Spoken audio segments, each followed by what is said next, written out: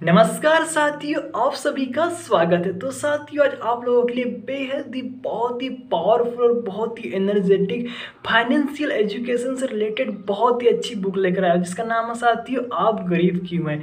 तो साथियों, जैसी हमारी सोच होती है ना, उसी के आधार पे हम अभी है। मतलब कि साथियों, आप अभी जहाँ पे भी जिस कंडीशन में भी है, ये साथियों आपका जो पास्ट गया है, आपने पास्ट में जो कुछ भी किया है उसी के आधार पे आप यहाँ पे बैठे हैं। मतलब जहाँ पे भी आप है अभी, उसी के आधार पे आप बैठे हैं। तो साथियों, आज एक बुक लेकर आए हो आप लोगों के लिए, बहुत ही बेहतरीन है।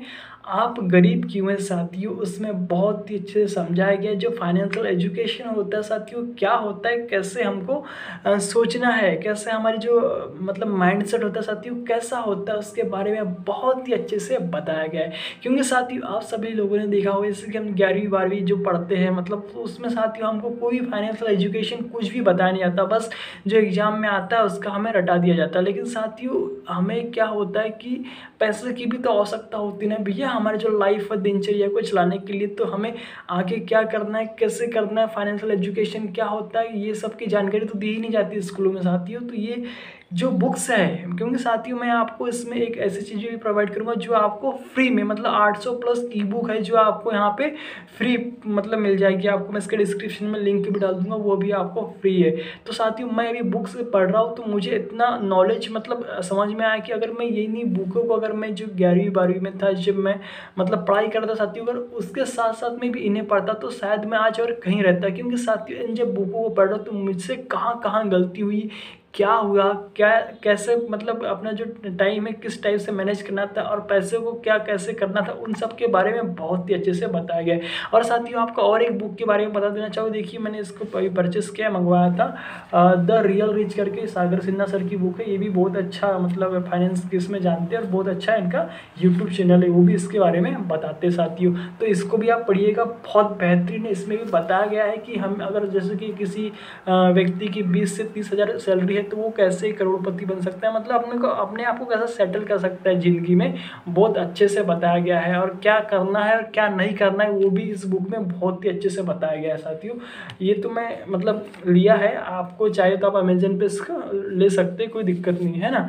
तो उसके लिए भी बहुत अच्छी है, सागर सिन्हा सर की बुक बहुत अच्छे से बताया गया। और साथियों, मैं इसमें आपको बताया जैसे कि मैं ई बुक से मैंने उन्हें भी परचेस किया हुआ है, लेकिन आप लोगों के लिए इसको मैं फ्री में यहाँ पर लिंक डाल दूंगा, उससे आप डाउनलोड कर सकते हैं, मतलब देख सकते हैं, कोई दिक्कत नहीं है। आप जितना चाहे उतना पढ़िए, क्योंकि साथियों बुक्स पढ़ने से सचमुच में हमारा बहुत नॉलेज बढ़ता है और हमको बहुत सारी चीज़ों का पता होता है। क्योंकि साथियों, जो सेल्फ हेल्प और मोटिवेशन बुक होती है उससे हमारे अंदर आत्मविश्वास, जो कॉन्फिडेंस होता है वो सचमुच में जाग जाता है। क्योंकि यार उसको हम पढ़ते हैं ना, तो पहले का जो माइंड रहता है, जो गंदी आदतें रहती है, फिर जो गलत विचार रहते हैं, उनको वह उसको नेगलेक्ट कर देता है। और जो अपने नए विचार और जो अच्छे और शुद्ध आचरण होते हैं उसको हम क्या करने पड़ जाते हैं, अपनाना चालू कर देते हैं। ठीक है, तो चलिए उस बुक का मैं यहाँ पे आपको दिखाता हूँ, उस बुक को यहाँ पे डाल रहा हूँ, मतलब ऑडियो बुक मैं आपको सुनाऊंगा, बहुत ही अच्छी, तो पूरी सुनिएगा।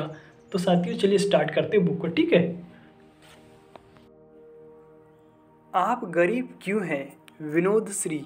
तो साथियों, इस पुस्तक को जिसने भी लिखा है उसे बहुत बहुत प्रणाम, और बहुत ही अच्छी लिखी, इसके लिए धन्यवाद। तो चलिए स्टार्ट कर रहे हैं। प्रिय दोस्तों, यह पुस्तक आपको आपसे मिलाने में एक मार्गदर्शक के रूप में काम करेगी। यह पुस्तक आपको आपके द्वारा की गई गलतियों से अवगत कराएगी। इसके साथ यह पुस्तक आपको एक नए जोश और शक्ति से भर देगी। हम सभी जीवन में गलतियां करते हैं, कई बार तो गलतियां पता चल जाती है, पर कई बार हम गलती करते हैं पर हमें गलती का पता नहीं चलता। यह पुस्तक वही गलतियां आपको समझने में सहायक के रूप में कार्य करेगी।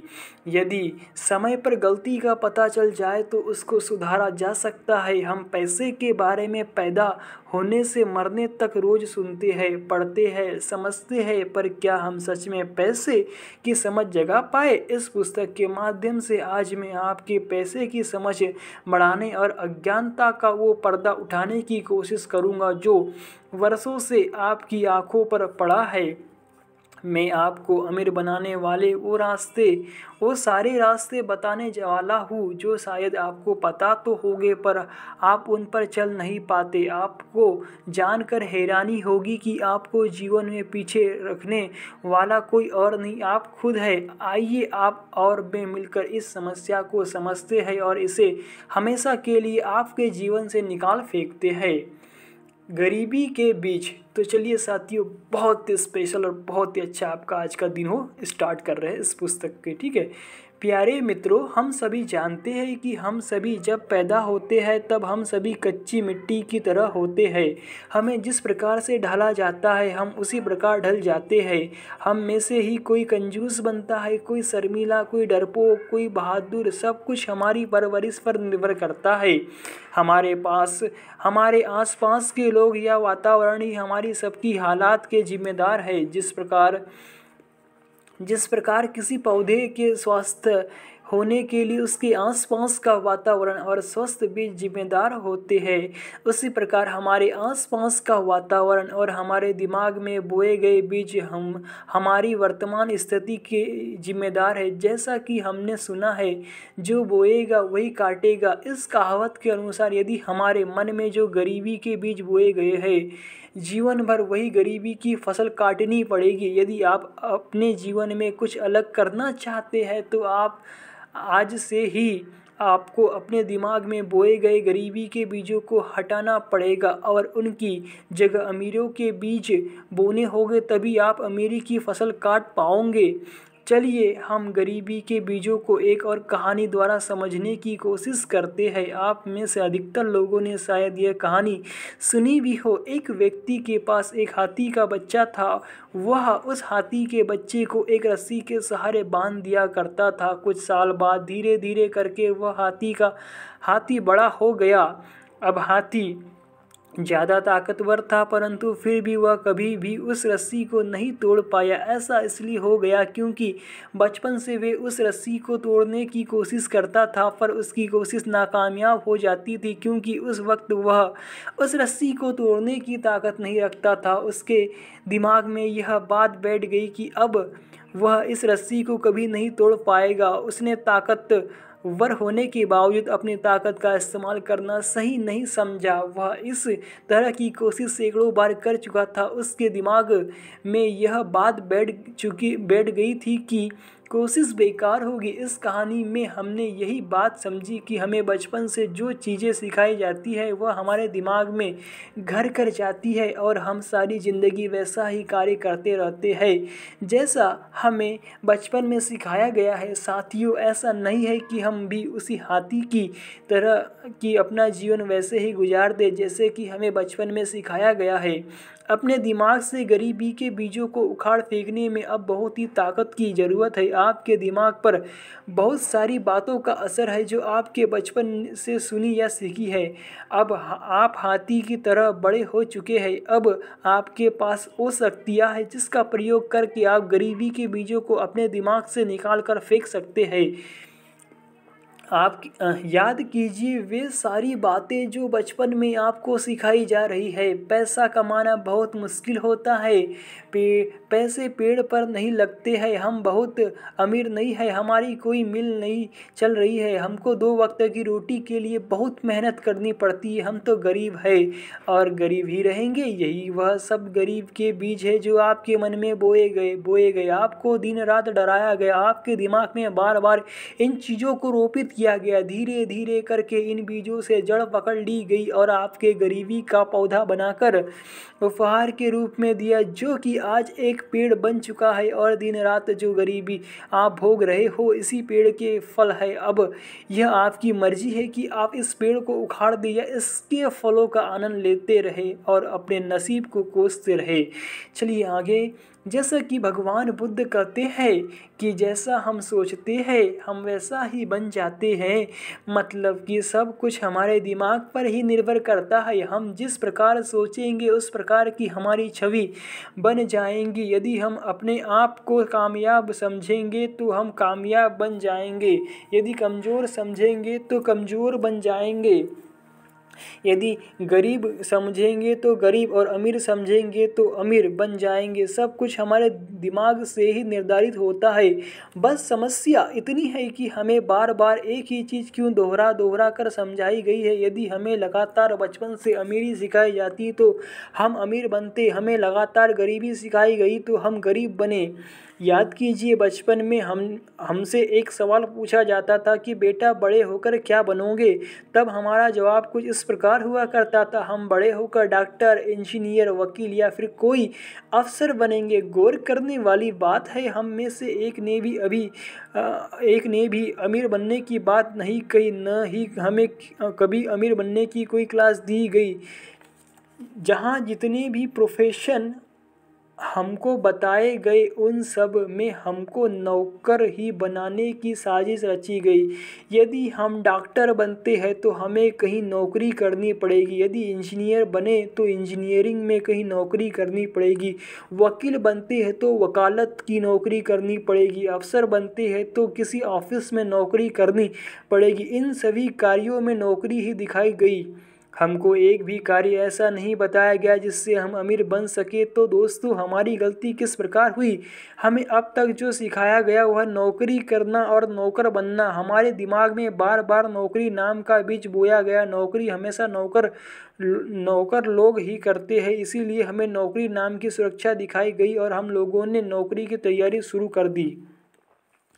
सभी अमीरों ने मिलकर यह जाल बुना है जिसमें स्कूलों को तय किया गया है कि हम किस प्रकार से मजदूर बनाएंगे। सभी स्कूलों में एक ही तरह की शिक्षा दी जाती है जिससे यही सिखाया जाता है कि आप बड़े होकर किस प्रकार से किसी कंपनी में नौकरी करेंगे।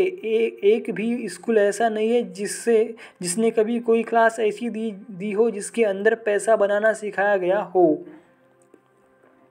जी हाँ दोस्तों, वही पैसा जो हमारे पैदा होने से हमारे मरने तक हर दिन हमारे साथ जुड़ा रहता है, उस पैसे को सिखाने के लिए ना एक भी क्लास है, ना स्कूल है, ना कोई कॉलेज है, ना ही कोई इंस्टीट्यूशन है। आखिर ऐसा क्यों है? हमारा कभी इसकी ओर ध्यान क्यों नहीं गया? क्या हमारी सरकार हमको नौकर बनाने के लिए प्रेरित करती है? जी हाँ, असलियत में यही सत्य है। ऐसा नहीं होता तो कुछ मुट्ठी भर लोग ही अमीर नहीं बनते, हम में से ही कुछ जिद्दी लोग आगे बढ़ जाते हैं, चुनौतियों को स्वीकार करते हैं और समाज में फैले इस झूठे जाल को तोड़ देते हैं। वह अपने दिमाग से गरीबी के बीज निकाल देते हैं। वह उन सभी पेड़ों को या पौधों को निकाल देते हैं जिनमें उनको बार बार गरीबी दिखाई गई है। ऐसा करने में उनका कौन साथ देता है? जी हाँ दोस्तों, यही सबसे मुख्य सवाल है कि इन पुस्तकों को या इन पेड़ों को जी हाँ दोस्तों, यही सबसे मुख्य सवाल है कि इन पौधों को या इन पेड़ों को जो हमारे दिमाग में गरीबी की जड़ फैलाए बैठे हैं इनको हम अपने दिमाग से कैसे निकाल सके। वह तरीका है ज्ञान। जी हाँ, सिर्फ ज्ञान। दोस्तों, ज्ञान ही एक लौती ऐसी चीज़ है जिससे हम यह जंग जीतेंगे। आपको लगातार इस पर कार्य करना पड़ेगा क्योंकि इसकी जड़ें हमारे दिमाग में बहुत गहराई तक पहुंच चुकी है। इनको ठीक करने के लिए आपको लगातार सभी कार्य करने पढ़ेंगे जो अब तक आपने नहीं किए हैं। आपको अपने ज्ञान के प्रकाश से इस अंधेरे को मिटाना ही होगा। तो चलिए साथियों, इसे करना सीखते हैं। हम यह सब कुछ चरणों में सीखेंगे। पहली बात है, नकारात्मक नेगेटिव लोगों से दूर रहना सीखेंगे, सकारात्मक पॉजिटिव लोगों के साथ पकड़ेंगे, अपने आसपास के वातावरण को सकारात्मक बनाएंगे। चौथी बात है, कोई भी कार्य कल पर नहीं डालेंगे और सबसे महत्वपूर्ण और अंतिम छोटे छोटे कामों से शुरुआत करेंगे। चलिए मित्रों, अब इसे विस्तार में देखते हैं। प्रथम चरण, नकारात्मक लोगों से दूर रहना सीखे। नकारात्मक लोगों का साथ कैसे छोड़े? यह बड़े दुख की बात है कि हमारे आसपास के अधिकतर लोग नकारात्मक होते हैं और वह हमारे हर कार्य में अपनी टांग अड़ाए बिना बाज नहीं आते। उनको कार्य कैसे कैसे नहीं होता इसके सारे तरीके पता है। जैसे ही आप उनसे कोई कार्य करने की बात करेंगे तो आपको उससे होने वाली सभी प्रकार के नुकसानों से आपको अवगत करा देगी। उन्हें ऐसा करने का मौका हम ही लोग देते हैं। जरा सोच कर देखिए मित्रों, हम जिन लोगों से सलाह मांग रहे हैं, क्या वे अपने जीवन में कुछ ऐसा कार्य कर चुके हैं जिस कारण हमने उनसे सलाह मांगी है? क्या वे व्यक्ति इतने कामयाब हैं? क्या उन्होंने अपने जीवन में जोखिम उठाया है? वह आपको हमेशा आपके सुरक्षित क्षेत्र मतलब कंफर्ट जोन में रहने की सलाह प्रदान करेंगे। ये सब वही लोग होते जिन्होंने अपने जीवन में कुछ नहीं किया और वह आपको भी ऐसा ही बनाना चाहते हैं।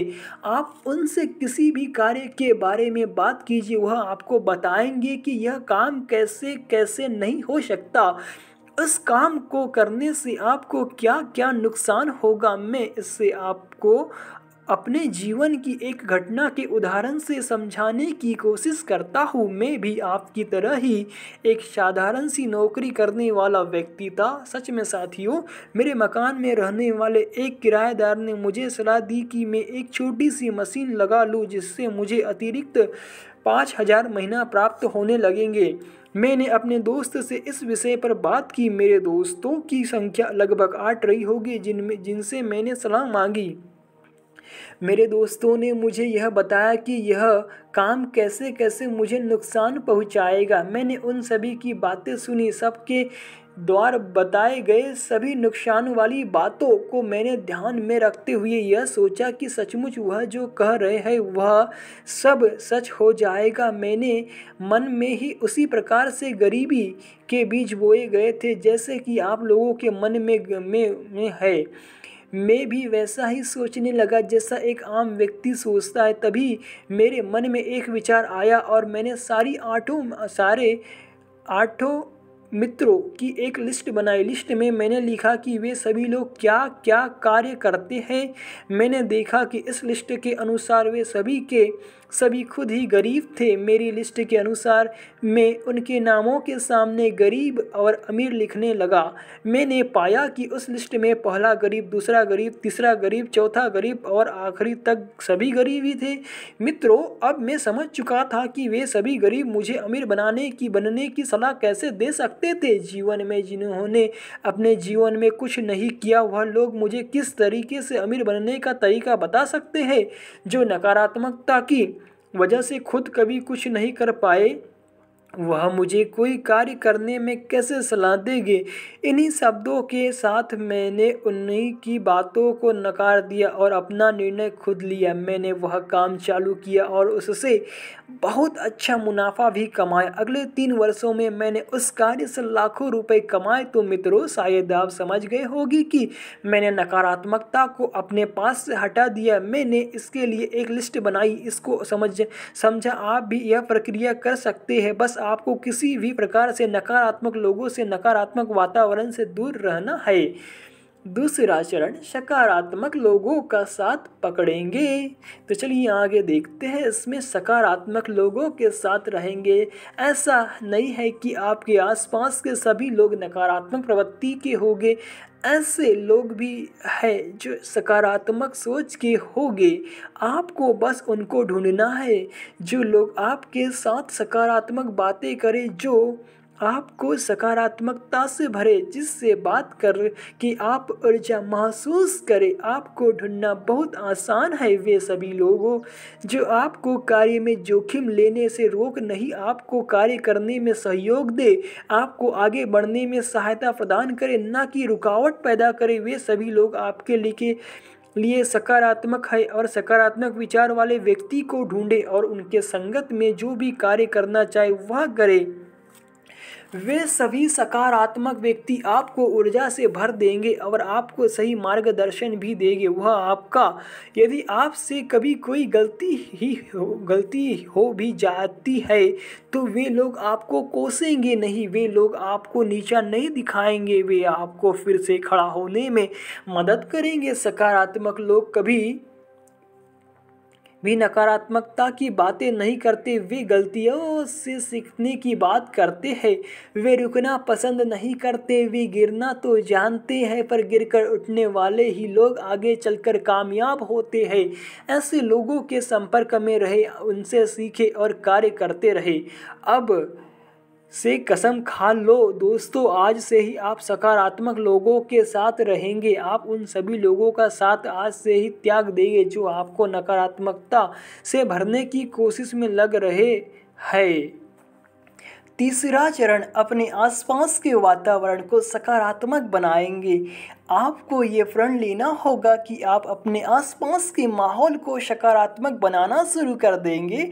अब से जो किताब आप पढ़ेंगे वो सकारात्मक होनी चाहिए, जो फिल्म आप देखें वह सकारात्मक होनी चाहिए, जो वीडियो आप देखें वह सकारात्मक होनी चाहिए, जिन लोगों की बातें आप सुने वो सकारात्मक होनी चाहिए। मतलब यह कि आपके आसपास जो भी वो हो वह सब कुछ पॉजिटिव सकारात्मक होना चाहिए। अब आप देखेंगे कि यह सकारात्मकता एक जादू की तरह काम करने लगी है।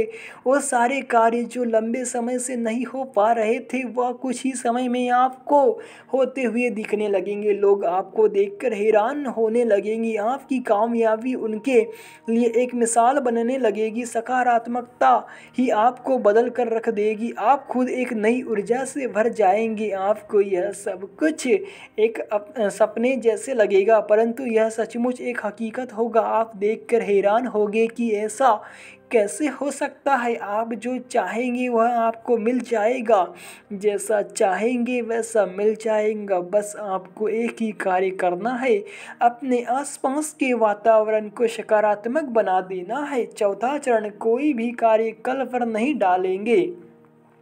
साथियों, अब से कोई भी कार्य आप कल पर नहीं छोड़ेंगे। आप लोगों को अक्सर काम को टालने की एक बुरी आदत पड़ चुकी है। इस आदत को बदलने के लिए आपको आज सही काम शुरू करना होगा। काम छोटा हो या बड़ा, बस आप इसको कल पर नहीं डालेंगे। आपको काम को आज ही निपटाने के लिए सारी कोशिशें करनी ही होगी। शुरुआत में यह बहुत मुश्किल होगा, क्योंकि जो बुरी आदत आपको लंबे समय से पड़ी हुई है उसे आप एकदम से नहीं छोड़ पाएंगे। दोस्तों, यह काम मुश्किल ज़रूर है, परंतु यह नामुमकिन बिल्कुल नहीं है। आप इसे कर सकते हैं। आप जो भी चाहे वह सब कुछ कर सकते हैं। तो यह तो बस एक छोटी सी बुरी आदत है। आपको सफल बनने के लिए यह काम जरूर करना होगा। आप में से अधिकांश लोग जब यह काम करना शुरू करेंगे तो यह काम कुछ दिनों तक चलेगा, लेकिन कुछ दिनों के बाद ही वह हार मानकर रुक जाएंगे। साथियों, आपको ऐसा नहीं होने देना है। आपको अपने मन की शक्ति के सहारे आप अपने आप को जगाए रखना है। मुझे आशा है कि आप यह मुश्किल काम जल्द ही संभव कर लेंगे। दोस्तों, सिर्फ आपको अपनी शक्ति पहचानने की ज़रूरत है, फिर सभी काम आसान हो जाएंगे। पांचवा चरण, छोटे छोटे कामों से शुरुआत करेंगे। सबसे अंतिम और सबसे महत्वपूर्ण चरण है पांचवा चरण। किसी भी काम के सबसे मुश्किल अंग होता है उसकी शुरुआत। हम सीखेंगे कि काम को अभी से कैसे शुरू करना है। आपको जैसे कि कोई काम मिला और बस आपने उस काम को तभी शुरू कर दिया। शुरुआत आप छोटे छोटे कामों से करेंगे और बड़े काम अपने आप होने लगेंगे। चलिए इसे सीखते हैं। मान लीजिए आपको एक कप चाय बनाने से शुरू करना है। आपको किसी ने बोला एक कप चाय बना दो मेरे लिए, और बस आप शुरू हो गए। आपको किसी ने बोला अपने कमरे की सफाई करने के लिए, और बस कहने के साथ ही आप शुरू हो गए। आपको किसी ने बोला एक प्रोजेक्ट बनाने के लिए, और बस आप काम शुरू। आप कुछ ही दिन में इसे एक आदत के रूप में विकसित कर लेंगे और आप पाएंगे कि सभी काम कितनी आसानी से हो रहे हैं। काम करना हमेशा से ही आसान था, बस उसको शुरू ना करने की आदत ने हमको इसके मुश्किल रूप से अवगत कराया है। अब आपको बड़े से बड़े काम छोटे लगने लगेंगे। आपकी काम को टालने की आदत काम को अभी से शुरू करने की आदत में बदलने में कुछ ही समय लगेगा। आप पाएंगे कि यह आपके लिए एक दिव्य अस्त्र के रूप में कार्य करेगा, जो आपको सही सभी जगह विजय पताका फहराने में मदद करेगा। आपने इस पुस्तक को पढ़ना शुरू करते ही यह कार्य शुरू कर दिया है। अब आपको जीतने और अमीर बनने से कोई नहीं रोक सकता। गरीबों से मित्रता तोड़े। तो साथियों चलिए इसके बारे में क्या बताया देखते हैं। इसमें गरीबों से मित्रता तोड़ने के लिए हमको गरीबों से मित्रता नहीं तोड़नी। कोई भी व्यक्ति अगर दुनिया में गरीब है तो वह अपनी वजह से गरीब है। हमें सिर्फ गरीबी से मित्रता तोड़नी है।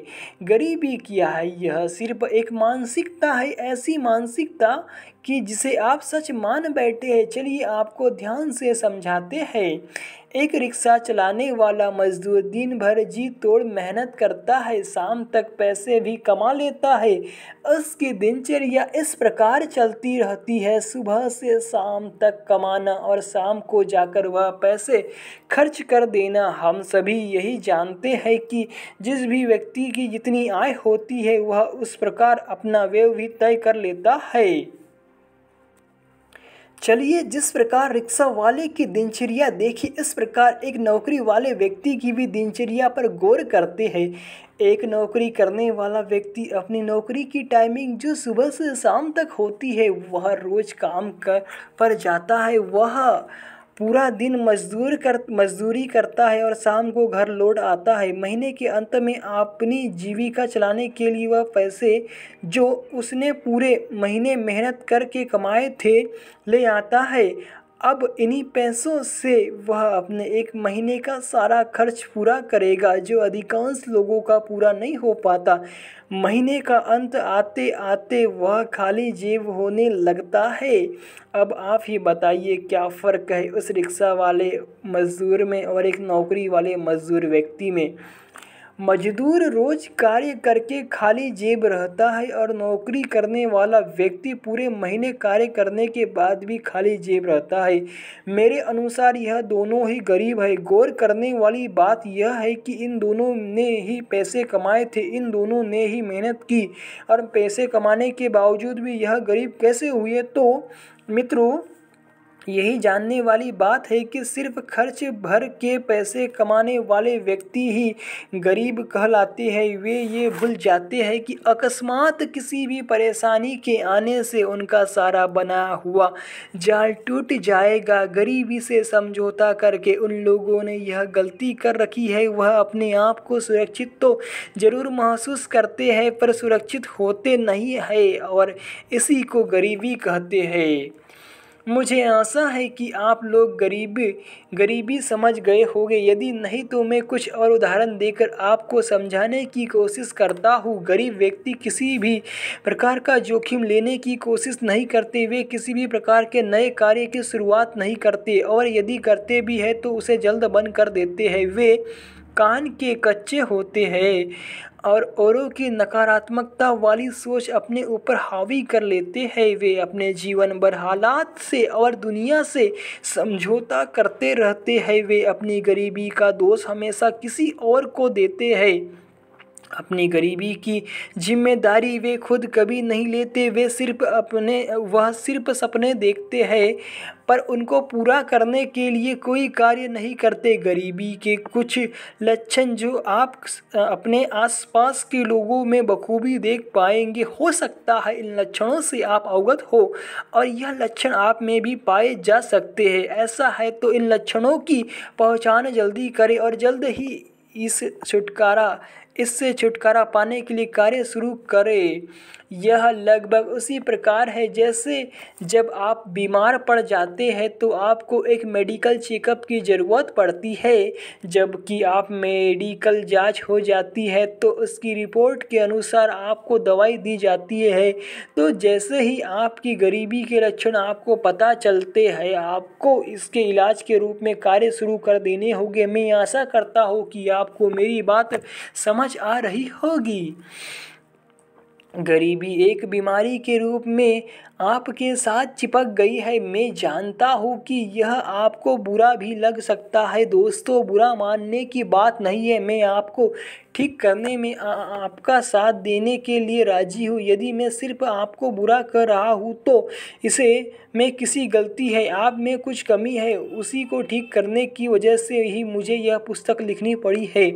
चलिए गरीबी से छुटकारा पाने के कुछ उपाय पर कार्य करते हैं। सबसे पहले तो आप कसम खाए कि आप गरीबी से मित्रता तोड़ देंगे। यह बहुत मुश्किल होगा मित्रों, पर यह समझ लीजिए कि इस मुश्किल को पार करने के बाद जीवन के सारे सुख, सारे ऐश्वर्य सब आपके चरणों में होंगे। लोग आपकी प्रशंसा करते नहीं थक रहे होंगे। आप को गरीबी से मित्रता तोड़कर अमीरी से मित्रता करनी है। चलिए शुरू करते हैं। इसमें सबसे पहले चरण में आप अपने जीवन में समझौता करना छोड़ देंगे। समझौता, जी हाँ, बहुत साधारण सा दिखने वाला शब्द जिसने आपका पूरा जीवन तबाह कर रखा है। यह कब आपके जीवन में आया और इसने आपको बदल दिया, आपको पता भी नहीं चला। आइए कुछ और उदाहरण के द्वारा इसे समझने की कोशिश करते। आपको जन्मदिन पर सिर्फ साइकिल मिल सकती है, आपको तो बस से ही जाना पड़ेगा। हमें इतने में ही गुजारा करना होगा। हम अपने बच्चों को ज़्यादा महंगे स्कूल में नहीं पढ़ा सकते। हमारी तनख्वाह जितनी है हमें उतने में ही गुजारा करना चाहिए। हमारी चादर जितनी हो हमें पैर उतने ही पसारने चाहिए। हम तो गरीब ही पैदा हुए हैं और गरीब ही मर जाएंगे। ऐसे ही समझौता करने वाले जितने भी वाक्य आपने अब तक सुने हैं उन सब से आपको छुटकारा पाना है। यह मुश्किल जरूर होगा मित्रों, पर यह नामुमकिन नहीं है। अब आपको बड़ी चादर का इंतजाम करना है। हम सभी यह जानते हैं कि हमारे वे मित्र जो कभी भी हमारा बुरे वक्त में साथ नहीं देते, वे मित्र जो हमें नुकसान पहुंचाते हैं, वे मित्र जो सिर्फ हमारा समय व्यर्थ करते हैं, उन सभी से हम लोगों को जल्द से जल्द छुटकारा पा लेना चाहिए। साथियों, जैसा कि अब आप जान चुके हैं, गरीबी भी आपकी ऐसी एक मित्र है जो बुरे वक्त में आपको और भी बुरा दिखाने वाली है, आपको हमेशा ही नुकसान पहुंचाने वाली है और अब तक आपका समय व्यर्थ करती आ रही है।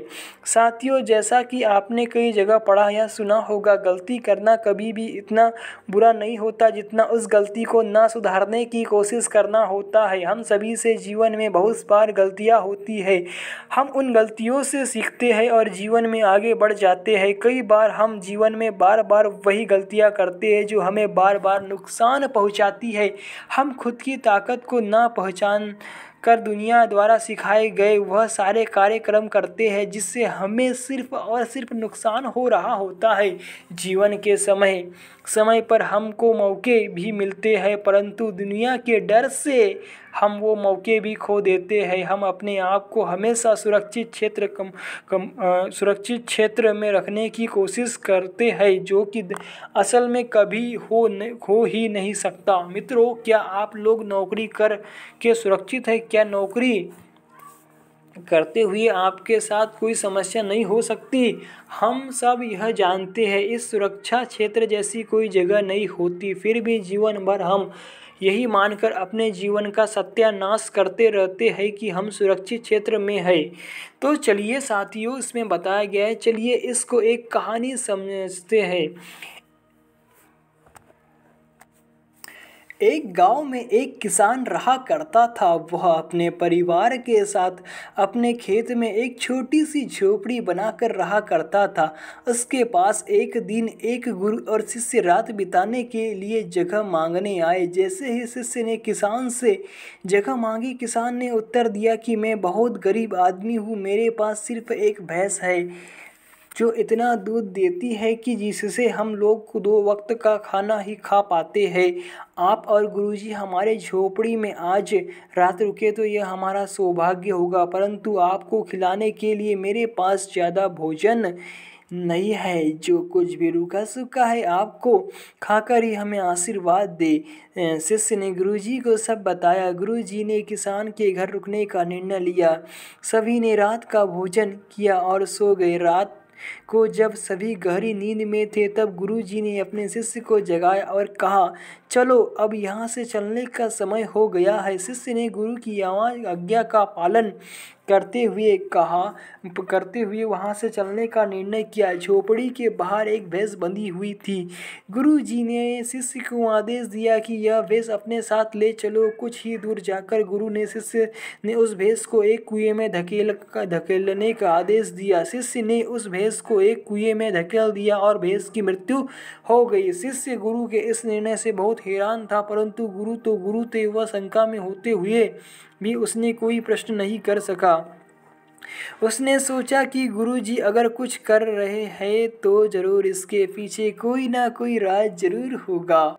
5 सालों बाद संयोग से वह गुरु और शिष्य एक बार फिर से उसी गांव में आ पहुंचे। उन्होंने देखा कि वहां पर जहां एक झोपड़ी हुआ करती थी, अब वहां एक बड़ा मकान बना हुआ है। उसके आसपास के खेतों में कई सारे मजदूर कार्य कर रहे थे। शिष्य ने अंदाजा लगाया कि शायद वह किसान यह जमीन बेचकर कहीं और चला गया होगा। गुरु के कहने पर उसने दरवाजा खटखटाया और जैसे ही दरवाजा खुला, शिष्य हक्का बक्का रह गया। किसान को भी उसको पहचानने में कुछ देर नहीं लगी। उसने उन्हें देखते ही नमस्कार किया और कहा कि मैं आप लोगों को कभी भूल नहीं सकता। यह जो कुछ भी आज मेरे पास है वह सब आप लोगों के कारण हो सका है। शिष्य ने अभी भी हैरान था। उसे यकीन नहीं हो रहा था कि वह गरीब किसान इतने कम समय में इतना अमीर कैसे हो गया। किसान ने बताया कि जिस रात आप लोग अगर यहाँ रुके थे, आप लोग सुबह जल्दी चले गए। मुझे पता भी नहीं चला और आपने मुझे बताया भी नहीं। मेरी नींद खराब ना हो ऐसा सोचकर शायद आप लोगों ने मुझे नहीं जगाया होगा। जिस रात आप लोग यहाँ रुके थे उसी रात को न जाने कैसे मेरी भैंस कुएं में जाकर गिर गई और मर गई। हम लोगों की आजीविका चलाने के लिए सिर्फ वही एक साधन हमारे पास था। हमारे घर के आसपास बहुत सी ज़मीन थी पर वह सारी बंजर थी। अब हमारे पास कोई और चारा नहीं था तो हमने उसी बंजर ज़मीन को उपजाऊ बनाने के कार्यक्रम शुरू किया। हमें मेहनत ज़रूर लगी पर वह ज़मीन जल्द ही उपजाऊ हो गई और फिर इसी ज़मीन में फसल उगा कर मैंने पैसे कमाए। उन पैसों से मैंने और पैसे कमाए और उन पैसों से मैंने और भी खेत खरीदे। मैं ऐसे ही और अधिक खेत खरीदता चला गया। फिर ऐसे ही मैंने अपने लिए धीरे धीरे बहुत से साधन अर्जित किए। आज मैं गांव का सबसे अमीर व्यक्ति हूँ। यह सब आप लोगों की दया से ही हुआ है। ऐसा करते हुए किसान ने गुरु शिष्य का बहुत आदर सत्कार किया, उन्हें अच्छा भोजन कराया और बहुत सी भेंट देकर विदा किया। जब गुरु शिष्य दोनों वापस जा रहे थे तो शिष्य से रहा न गया। उसने गुरु से पूछा, गुरुदेव मैं आपसे उस दिन भी यह प्रश्न करना चाहता था पर मैं कर ना सका। आपको यह कैसे पता चला कि ये व्यक्ति ऐसे ही अमीर बन सकता है? गुरुजी बोले, जब हम पहले यहाँ पर आए थे तो मैंने देखा कि यह व्यक्ति सिर्फ और सिर्फ अपनी भैंस पर आश्रित होकर अपना और अपने परिवार का पालन पोषण उससे मिलने वाले दूध के द्वारा करता है। इसके आसपास बहुत सारी इसकी ज़मीन पड़ी हुई थी जो बंजर थी, जिसकी तरफ इसका ध्यान जाता ही नहीं था। मैं यह बात समझ गया कि जब तक यह भैंस रहेंगी तब तक इसको यह ज़मीन कभी नहीं दिखाई ही नहीं देगी और बस मैंने वही किया। मैंने उस भैंस को हटा दिया, फिर इसको वह ज़मीन दिखने लगी और उसने उसी से पैसे कमाकर अपने आप को अमीर बना लिया। तो दोस्तों, जैसा इस कहानी में बताया गया है, जब तक आपके पास अपने दिनचर्या चलाने के लिए विकल्प मौजूद रहेंगे तब तक आप बड़ा काम करने की कोशिश नहीं करेंगे। जब तक आपके पास गरीब बने रहने के साधन है तब तक आप अमीर बनने की कोशिश नहीं करेंगे। इसी प्रकार आप गरीबी से रिश्ता बनाए रखेंगे और आपका अमीरी से रिश्ता कभी नहीं बनेगा। आपको आज ही कसम खानी होगी कि मैं अब से गरीबी से कोई रिश्ता नहीं रखूँगा और गरीबी को त्याग दूँगा। अमीरों द्वारा फैलाया डर छोड़े। जी हाँ दोस्तों, डर अमीरों द्वारा प्रयोग किए जाने वाला सबसे खतरनाक हथियार है। एक ऐसा हथियार जो आपको ना दिखाई देगा, ना पता चलेगा, पर वार बहुत गहरा करेगा। हम लोगों के अंदर जो डर है वह कहाँ से आया, किसी ने तो उसे हमारे मन में बैठाया है। हमारे आसपास के वातावरण या आसपास के लोगों में भी जो डर बैठाया गया है वह किसी ना किसी द्वारा बैठाया गया होगा। हाँ दोस्तों, यह वही अमीर लोग हैं जिन्होंने यह डर बैठाया है। जब कभी किसी पर शासन किया जाता है तब उन सभी लोगों पर जिन पर उसको शासन करना है उसमें डर भर देता है। यदि आज हम लोग डरे हुए हैं या डर हमारे अंदर बस गया है तो वह सिर्फ और सिर्फ अमीरों ने भरा है। हम दिन रात मेहनत करते हैं और फिर भी कम पैसा कमा पाते हैं। अमीर लोग ऐश्वर्य के साथ आनंद उठाते हैं, वह भी कम काम करके। यह हमेशा इत्तेफाक नहीं हो सकता, कुछ ना कुछ तो राज तो ज़रूर छुपा है इसके पीछे। अमीरों ने लगातार हमें डरा डरा कर इतना डर हमारे मन में भर दिया है कि वह डर निकालने में हमको अब बहुत ज़्यादा ताकत लगानी पड़ती है। कई लोगों की तो डर से ऐसी दोस्ती हुई है कि वह इसको तोड़ ही नहीं पाते। वे सब लोग इस डर के साथ ही अपना पूरा जीवन व्यतीत कर लेते हैं। इस डर की वजह से ही वे गरीब पैदा होते हैं और गरीब ही मर जाते हैं। तो दोस्तों अब हमारी लड़ाई जो है वो है अमीरों द्वारा फैलाए गए डर से। जी हाँ, वही डर जो हमें हमेशा गरीब बनाए रखने के लिए रचा गया है। हम जैसे कि कोई कार्य करने की कोशिश करते हैं तो हमें हारने का डर सबसे ज़्यादा रहता है। हमें नुकसान का डर बताया जाता है। हमें लोगों की बातें सुनने का डर बताया जाता है। हमें रिश्ते खराब होने का डर बताया जाता है। हम कार्य में कैसे कैसे करके असफल होंगे, इस बात के डर से हम लोगों को काम करने से हमेशा ही रोका जाए। अमीर लोगों ने काम करने को इतना मुश्किल बना कर रखा है जिससे कोई भी व्यक्ति उनके मुकाबले ना खड़ा हो सके। इसमें उन्होंने सरकार को भी अपने साथ मिला रखा है। सभी अमीर लोग और सरकार आपस में मिलकर सिर्फ और सिर्फ गरीब लोगों का शोषण करते हैं। हम सभी को रोटी कमाने के जाल में इस तरह फंसाया गया है कि हम लोग इससे बाहर आने की कोशिश करना चाहते भी है तो ऐसा कर नहीं पाते। यदि हम में से कोई ऐसा करने की कोशिश भी करता है तो आसपास के लोगों से जो भी डर बैठाया गया है जिसमें उन्होंने बहुत सारा समय लगा है उनके द्वारा हमारे दिमाग में फिर से डाला जाता है कि ताकि हम लोग किसी भी तरीके से उनके मुकाबले ना खड़े हो सके। इसी कारण हम में से अधिकतर लोग जब भी यह कार्य करते हैं तो जीत हमेशा डर की ही होती है। तो दोस्तों, एक गरीब व्यक्ति के पास हारने के लिए वैसे भी क्या होता है, फिर उसे क्या हारने का डर है? क्या हारने का डर है? आपके पास जीतने के लिए सारी दुनिया है और हारने के लिए कुछ भी नहीं, फिर आपको किस बात का डर है? तो दोस्तों, आज से ही कसम खाओ कि आप अमीरों के द्वारा फैलाए गए इस डर के ऊपर विजय पाएंगे। डर पर विजय पाने के तरीके सिर्फ और सिर्फ अपने आप पर विश्वास करें। जिन लोगों ने जीवन में खुद कुछ नहीं किया उनसे कोई विचार विमर्श ना करें। अपने फैसले पर भरोसा रखें, छोटे छोटे विजय लक्ष्य बनाएं। एक बार स्वामी विवेकानंद ट्रेन से यात्रा कर रहे थे।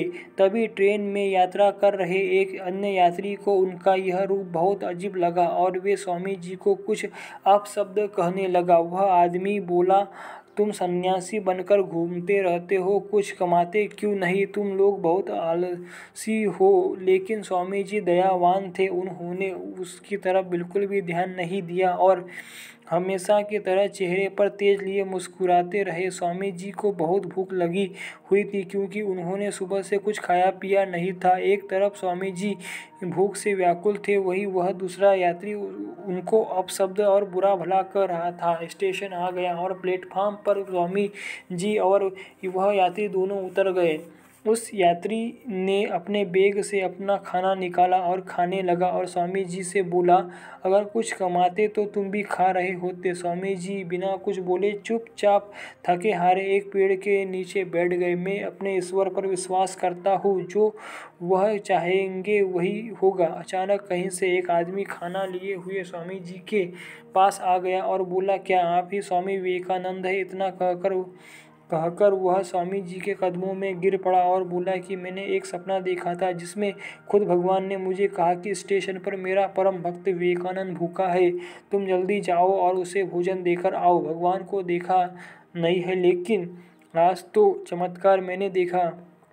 उसने मेरे भगवान में विश्वास को बहुत ज़्यादा बढ़ा दिया। स्वामी जी ने दया भाव से व्यक्ति को उठाया। इतना सुनना था कि वह यात्री जो स्वामी जी की आलोचना कर रहा था भाग कर आया और स्वामी जी के कदमों में गिरकर बोला, महाराज मुझे क्षमा कीजिए, क्षमा कर दीजिए, मुझसे बहुत बड़ी भूल हुई। स्वामी जी के जीवन से जुड़ी यह घटना बताती है कि भला हम भगवान को खोजने कहाँ जा सकते हैं अगर उसे अपने हृदय और हर एक जीवित प्राणी में नहीं देख सकते। आपको किसी से डरना नहीं है, तुम्हारे पास अद्भुत शक्ति है जो सब कुछ कर देगी। आप जो सोचते हो वही हो जाओगे। यदि तुम खुद को कमज़ोर सोचते हो तो तुम कमज़ोर हो जाओगे, और यदि तुम खुद को ताकतवर सोचते हो तो ताकतवर हो जाओगे। जैसा कि आपने इस कहानी में देखा, स्वामी विवेकानंद बहुत सारी कठिनाइयों को देखते हुए भी डरे नहीं।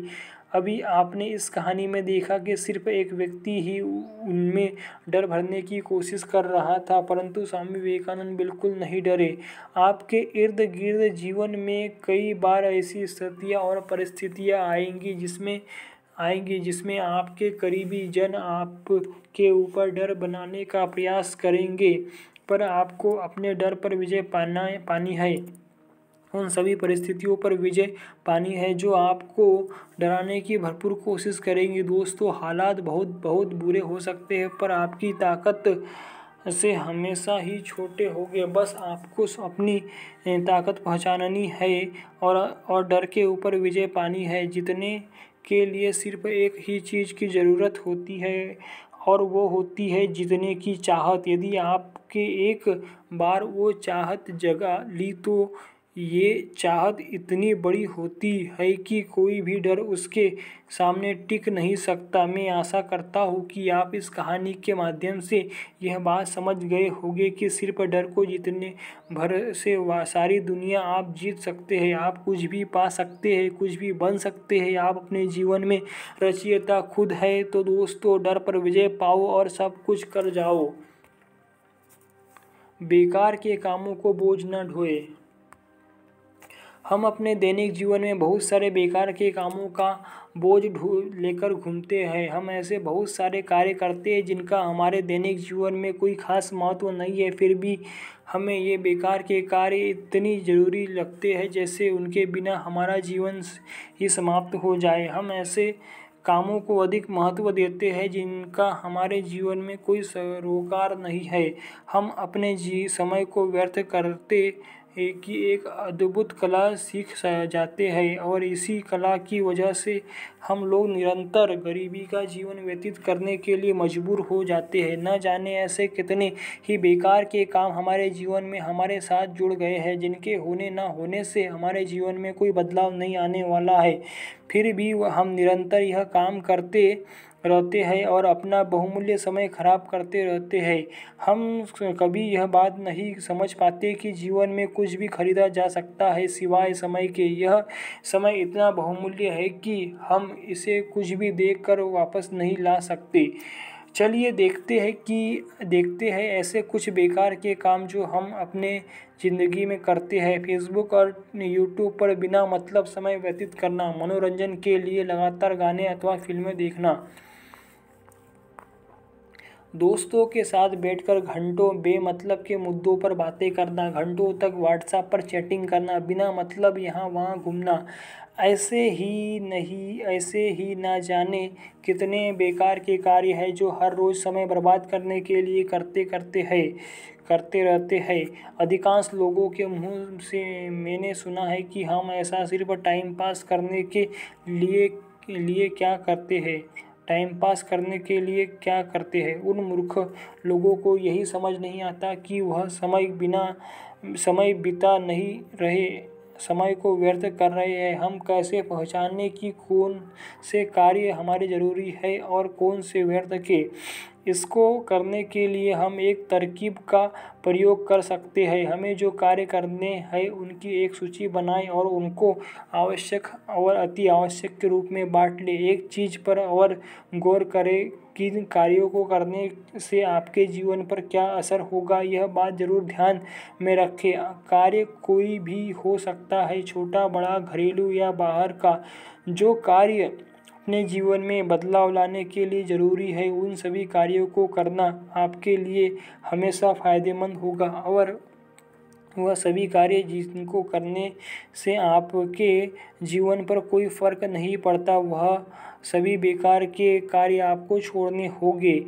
मैं आपको आपके दोस्त को छोड़ने को नहीं कह रहा हूँ, ना ही हमारा लक्ष्य आपको मनोरंजन से दूर करने का है। आप खुद को खुश रखने के लिए सभी कार्य करें, पर सभी कार्यों पर आपका नियंत्रण होना जरूरी है। आप कितनी देर तक इंटरनेट पर रहेंगे, कितनी देर मित्रों से बात करेंगे, कितनी देर मनोरंजन के लिए टीवी देखेंगे या फिर गाने सुनेंगे। आपका अपने ऊपर नियंत्रण और कार्य को छांटने की समझ आपको यह निर्णय लेने में आसानी कर देगी कि आपके लिए कौन से कार्य जरूरी है और कौन से बेकार। जब आप यह करना सीख जाएंगे तो आप अपने आप को एक सुखद और सुचारू रूप से जीवन व्यतीत करने वाले व्यक्ति के रूप में पाएंगे। दोस्तों, बदलाव हमेशा से ही तकलीफ देह होते हैं, परंतु बदलाव आपको ऐसी दुनिया में लेकर जाते हैं जहां आपने पहले कभी कल्पना भी नहीं की हो। बदलाव के बाद जीवन सरल और आनंदमय हो जाता है। व्यर्थ के कामों से बचने के लिए आपको कुछ उपाय बताता हूँ। रोज अपने कार्यों की सूची बनाएं। यह काम आपके जीवन में क्या फ़र्क लाएगा पहचानें। छोटे छोटे कामों से शुरुआत करें। व्यर्थ के जितने भी काम आप करते हैं जो आपको सूची में नज़र आ गए हैं उनसे छुटकारा के उपाय बनाएं। नियमों के पालन के लिए कठोर बने। दुनिया में जितने भी सफल लोग हैं वे लोग कुछ अलग काम नहीं करते, बस वह सभी कार्यों को क्रमबद्ध तरीके में करते हैं। वे व्यर्थ के सभी कामों को त्याग कर देते हैं और ज़रूरी कामों को वे हमेशा महत्व देते हैं। बस मित्रों, आपको भी इसे एक आदत के रूप में विकसित करना है। इसे आप जल्द ही अपने जीवन में लाकर सब कुछ बिल्कुल बदला हुआ सा पाएंगे। आपके परिवारजन आपको बहुत सारे व्यर्थ के कामों में उलझा कर रखते भी होंगे। आप सभी से जिम्मेदार हो सकते हैं, परंतु बस आपको वह उपाय निकालने हैं जिससे आपके घर के काम आने ही बंद हो जाए। चलो, इसे मैं आपको अपने उदाहरण के साथ समझाता हूँ। मैं जब स्कूल में पढ़ा करता था तो मैं क्रिकेट को बहुत प्यार करता था। मुझे क्रिकेट से इतना प्यार था कि मैं सुबह से शाम तक सिर्फ क्रिकेट ही खेलता था। यहाँ तक कि फ्री पीरियड में भी हम लोग ग्राउंड में उतरकर क्रिकेट खेलने लग जाते थे। कभी कभी तो हम लोग क्लास के अंदर भी क्रिकेट खेला करते थे। यह सब छठी कक्षा से 10वीं कक्षा तक चला, पर जैसे ही मैं 11वीं कक्षा में गया और मैंने विज्ञान को अपने विषय के रूप में चुना तो मैंने पाया कि मेरी दुनिया ही बदल गई। मैं हिंदी माध्यम से अंग्रेजी माध्यम का छात्र बन चुका था। मेरी अंग्रेजी अच्छी नहीं थी, बस मैं पास हो जाया करता था। मैं अपने आप को बदलना चाहता था पर ऐसा हो नहीं पा रहा था।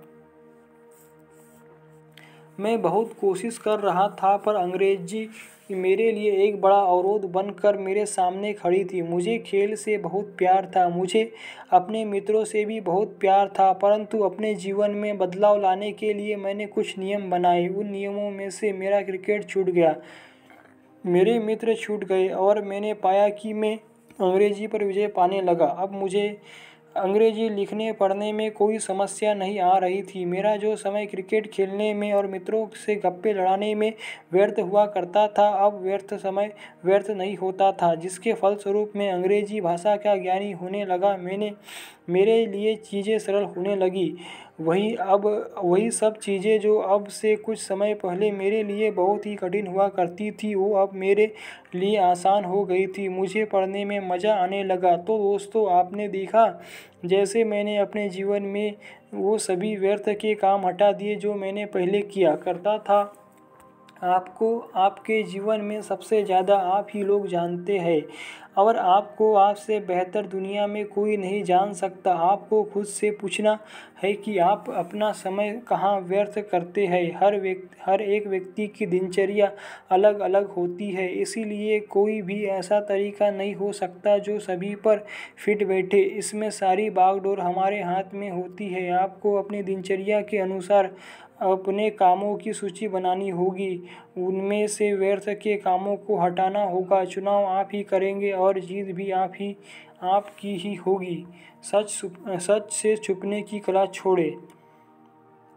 गरीबी की मानसिकता के साथ आप लोगों ने एक और कला अपने अंदर विकसित की है, वह है सच से छुपने की कला। जी हाँ दोस्तों, आप सब लोग सच को छिपाने की कला में माहिर हो गए। आप अपने दैनिक जीवन में न जाने कितने ऐसे कार्य करते हैं जिनसे आप इन सच को छुपाने की कोशिश करते हैं कि आप गरीब हैं। आप में से कुछ लोग अपने बेटियों की शादी में ऐसा छुपाने के लिए आप गरीब हैं अनाप शनाप खर्चा कर देते हैं। यह खर्च करने के लिए वे बहुत बार अपने जीवन भर की पूंजी लगा देते हैं, और कई बार वह पूंजी कम पड़ने पर कर्ज जैसी चीज़ों को अपने जीवन में आगमन कराते हैं। फिर कई वर्षों तक जो कर्ज हुआ है इस कर्ज के बोझ के नीचे दबे रहते हैं। कई बार यह कर्ज का बोझ उनकी जान पर आ पड़ता है। सिर्फ एक सच छुपाने के लिए वे बार बार झूठ बोलते हैं। दुनिया से नहीं, अपने आप से ही झूठ बोलते रहते हैं। झूठ उनको एक ऐसी सुरक्षित क्षेत्र में रखता है जिससे उन्हें लगता है कि यह सच है।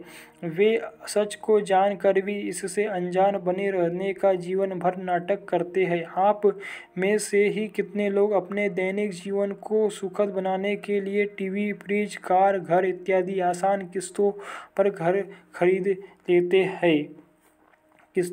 लेते हैं। अपनी आय से अधिक खर्च करने की कोशिश में आप भी कर्ज को अपने जीवन में आगमन करवा देते हैं। अब आप अपने लिए नहीं, जिन कंपनियों से आपने वह सामान खरीदा है उनके लिए कार्य करने लगते हैं। आप कुछ ही समय में अपने आप में दोष ढूंढने लगते हैं।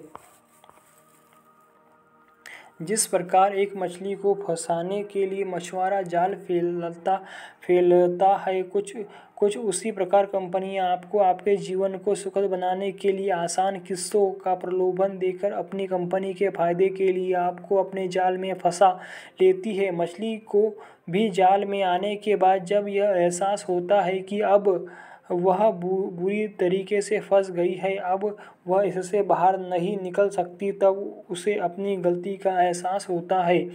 ऐसे ही आप लोगों के साथ भी होता है। कुछ समय तक तो वह सुखद चीज़ें हमको बहुत अच्छी लग रही होती है, पर कुछ ही समय बाद में सुख साधन हमको परेशान करने लगते हैं। फिर वही सुख साधन जो हम अपने जीवन को सुखद बनाने के लिए अपने घर लेकर आए थे, वह कुछ ही समय में हमको और हमारे जीवन को दुखद बनाने का कारण बन जाते हैं। दोस्तों, मैं आपको सुख के साधन लेने से या उसे भोगने से मना नहीं कर रहा हूँ, बस मैं आपको इतनी कोशिश करने को कह रहा हूँ कि आपके जीवन में सुख न जाए, किसी भी रास्ते से आपके जीवन में दुख न आए। आप अपनी आमदनी के नए मार्ग खोजें, ऐसे नए रास्ते बनाए हैं जिनसे आपको और भी अधिक आमदनी हो। जो भी सुख साधन आप अपने जीवन में चाहते हैं वह आपको उपहार के रूप में मिले।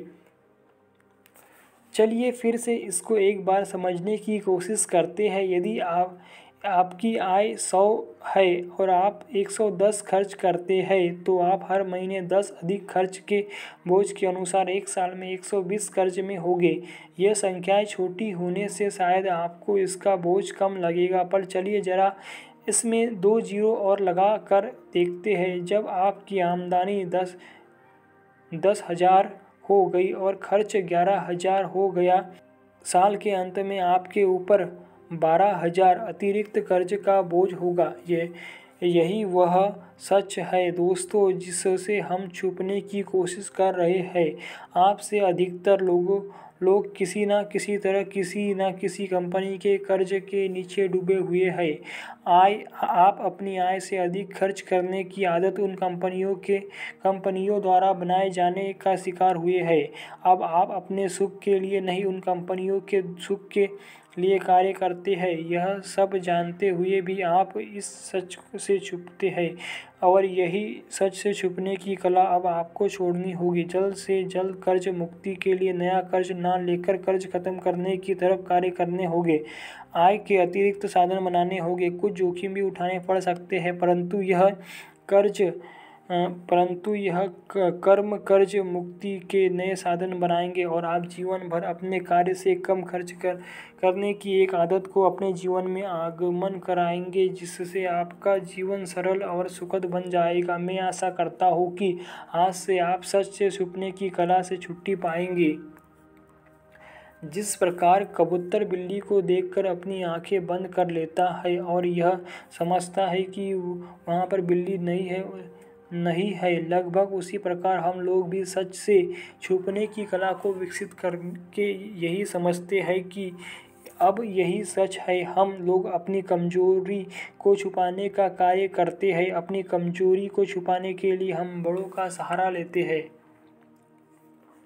चलिए एक उदाहरण समझते हैं। आप में से कितने ही लोग बहुत बार जिम जाने का फैसला लेते हैं। आप में से बहुत से लोग जिम जाते भी हैं, पर यह सिलसिला कुछ ही दिन तक चलता है और लगभग 90% लोग कुछ दिन में जिम जाना छोड़ देते। वह कई सारे बहाने बनाने लगते हैं। मेरे पास समय नहीं है, मुझे अच्छा नहीं लगता, वहाँ का ट्रेनिंग देने वाला बेकार है, मेरे साथ जाने वाले कोई नहीं है। ऐसे बहुत से बहाने लगा कर हम काम से कैसे बचे यह काम बखूबी करते हैं। हम सच को छुपा ले जाते हैं, पर सच तो सच ही होता है कि असल में हमारे अंदर से कमज़ोर है। यह भाव हम पर हावी हो जाता है। हम मन से हार जाते हैं, फिर भी सच छुपाने के लिए न जाने कितने ही झूठ बोलते हैं। हम जानते हैं कि यह झूठ हम किसी और से नहीं अपने आप से बोल रहे हैं, फिर भी हम यह काम बार बार करते हैं। हम बार बार सच को छुपाते हैं और अपने आप को सुरक्षित क्षेत्र में मानते हैं, जबकि असल में ऐसा कभी नहीं होता। हम अपनी कमजोरियों पर काम करने के बजाय उन्हें छुपाने में अपनी ताकत मान बैठते हैं और यह उससे भी मज़े की बात है कि हम अपने आपको तो कभी कमज़ोर से ताकतवर नहीं बना पाते, पर अपने बच्चों को ताकतवर बनाने के लिए हम अपने स्कूल में भेजते हैं, अच्छे कॉलेज में भेजते हैं, अच्छे ट्यूशन भेजते हैं और उन्हें ज़िंदगी भर ताकतवर बनाने का काम करते रहते हैं। फलस्वरूप होता क्या है, वही सब जो आपके साथ हुआ था। आपको भी स्कूल भेजा गया था, कॉलेज भेजा गया था, अच्छे ट्यूशन भेजा गया था, परंतु आप एक कमज़ोर व्यक्ति बने जो सच से भागता रहा है। सच का सामना करने की हिम्मत करने वाले ही कामयाब होते हैं। यदि आप कहीं कमज़ोर है तो उन क्षेत्रों में आपको अधिक कार्य करना होगा। बस एक बार सच छुपाना अगर आपने छोड़ दिया तो बस सारा जीवन आपके लिए बाहें फैलाए खड़ा है। कामयाबी आपके कदम चूमेगी और सारी दुनिया आपकी वाहवाही करेगी। निर्णय आपके हाथ में ही रहता है। अपने जीवन से क्या चाहते हैं आप, यह आपकी मर्जी है। आपको सच से छुपाने की कला छोड़ने के लिए कुछ कार्य करने होंगे। सजा छोटी हो या बड़ी, आपको स्वीकार करनी होगी।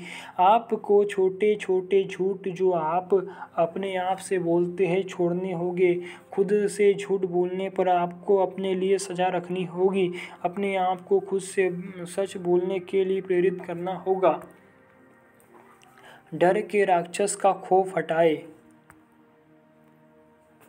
डर के राक्षस को अपने जीवन में हटाए। डर का राक्षस इतना भयावह होता है जिसका आप अंदाजा भी नहीं लगा सकते। इस विराट राक्षस के सामने हम हमेशा बौने से ही लगते हैं। यह एक लौती ऐसी चीज़ है जो हमको गरीब बनाए रखने में सबसे अहम भूमिका निभाती है। डर का राक्षस कुछ चीज़ें जो अस्तित्व में नहीं है उनको हमारे सामने लाकर खड़ा कर देता है। जैसे कि हमने सुना है भूत प्रेत यहाँ तक कि भगवान सबका डर हमारे मन में एक राक्षस के रूप में घर कर गया है। ये याद कीजिए, हम सब ने ही कभी न कभी अकेले कमरे में किसी के ना होने पर किसी के होने का एहसास किया है। हम सब जानते हैं कि वहाँ कोई नहीं होता, फिर हमें कौन डरा रहा होता है। जी हाँ, वह यही डर का राक्षस है जो हमें बार बार डराता है। हर घड़ी, हर कदम, हर डर हमारे मन में बसा हुआ है। हम चाह कर भी अपने मन से इस राक्षस को नहीं निकाल पा रहे होते। ऐसा क्या है जो हम इस डर के राक्षस से जीत नहीं पाते? यह राक्षस हमारे मन में आया कैसे और कौन है जो इसके लिए हमारे मन में जगह बना कर गया? इसको हटाने के लिए हम क्या कर सकते हैं? क्या यह सच में कहीं मारा जाएगा या यह जीवन भर हमको ऐसे ही परेशान करता रहेगा? आपके इन सभी प्रश्नों का उत्तर मैं एक कहानी से दूंगा। एक बार की बात है, एक गांव हुआ करता था जिसमें एक लड़का जिसका नाम ननकू था अपने परिवार के साथ रहता था। बचपन से ही उसके दादा दादी उसको भूत प्रेतों की कहानियां सुनाया करते थे, जिसकी वजह से ननकू के मन में भूत प्रेतों के प्रति डर बैठ गया। वह कहीं भी अकेला जाने में डरा करता था। उसके दादा दादी की कहानियों के अनुसार पीपल के पेड़ के नीचे पेड़ पर भूत प्रेतों का वास होता है। ननकू रात को ही नहीं दिन में भी पीपल के पेड़ के नीचे जाने से डरा करता था। उसके दादा दादी द्वारा उसके अंदर भूत प्रेतों का डर कूट कूट कर भर दिया गया था। वैसे तो वो सिर्फ कहानियाँ थी, परंतु ननकू के लिए अब वो हकीकत जैसी हो गई थी। धीरे धीरे ननकू 16 वर्ष का हो गया। एक दिन ननकू को किसी कार्य से अपने गांव से दूसरे गांव जाना पड़ा। शाम का समय था, अचानक ही मौसम खराब हो गया। देखते ही देखते दिन जैसे रात में बदल गया। काले घने बादल, तूफान और वर्षा की वजह से जल्दी ही अंधेरे से उजाले को समाप्त कर दिया। ननकू रास्ते में ही फंस गया।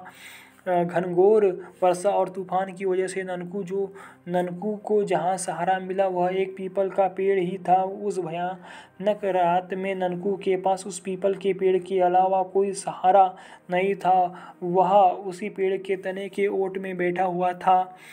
वह वर्षा के धीमे होने का इंतजार कर रहा था, परंतु ऐसा कुछ नहीं होता दिख रहा था। वर्षा और तेज तेज होती जा रही थी। ननकू डर कर कांपने लगा। अब ननकू का डर और बढ़ने लगा। ननकू जो दिन में पीपल के पेड़ के नीचे नहीं जाता था, वह आज रात पीपल के पेड़ के नीचे कैसे गुजारा? ननकू बहुत डरा हुआ था। उसे भूत प्रेतों के डर की वजह से नींद भी नहीं आ रही थी। वह डर से अपनी आंखें नहीं खोल रहा था। डर के मारे उसको सांस लेने में भी तकलीफ हो रही थी। कुछ देर ननकू रोया। घबराहट की वजह से ननकू ने जो आंखें बंद कर रखी थी उनमें नींद ने कब बसेरा कर लिया उसको पता ही नहीं चला।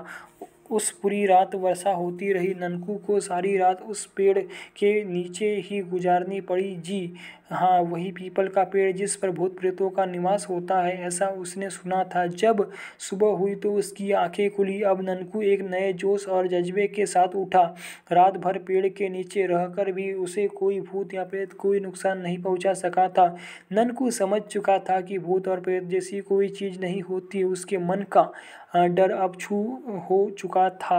अब ननकू को भूत प्रेत नाम की चीज़ से डर नहीं लग रहा था।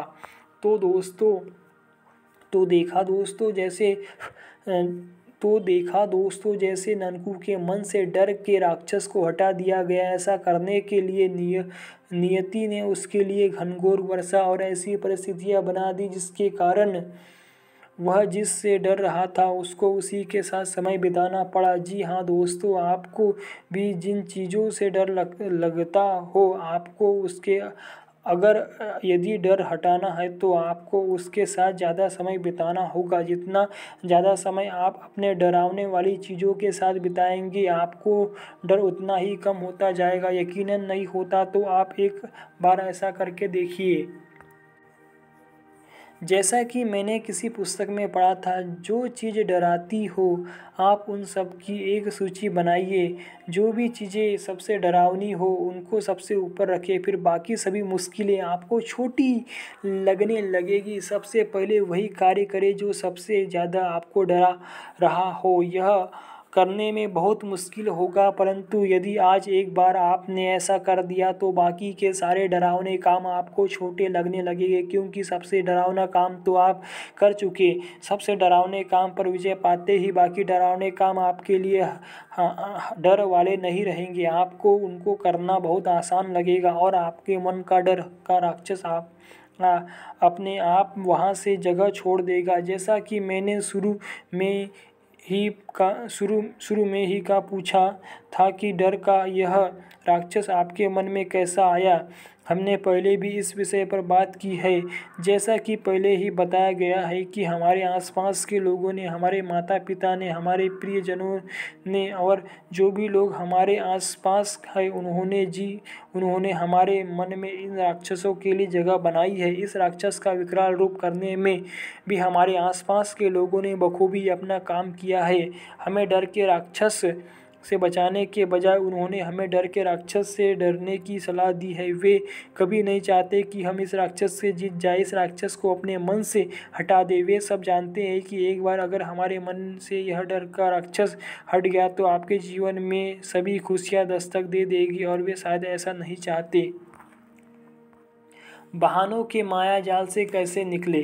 तो दोस्तों, हम सभी अपने बनाए हुए बहानों के मायाजाल में इस कदर उलझे हैं कि क्या सही और क्या गलत हमको समझ में नहीं आता। अपने आप को कभी भी किसी काम से बचाने के लिए हम लोग जल्द से जल्द कोई ना कोई बहाना मार देते हैं।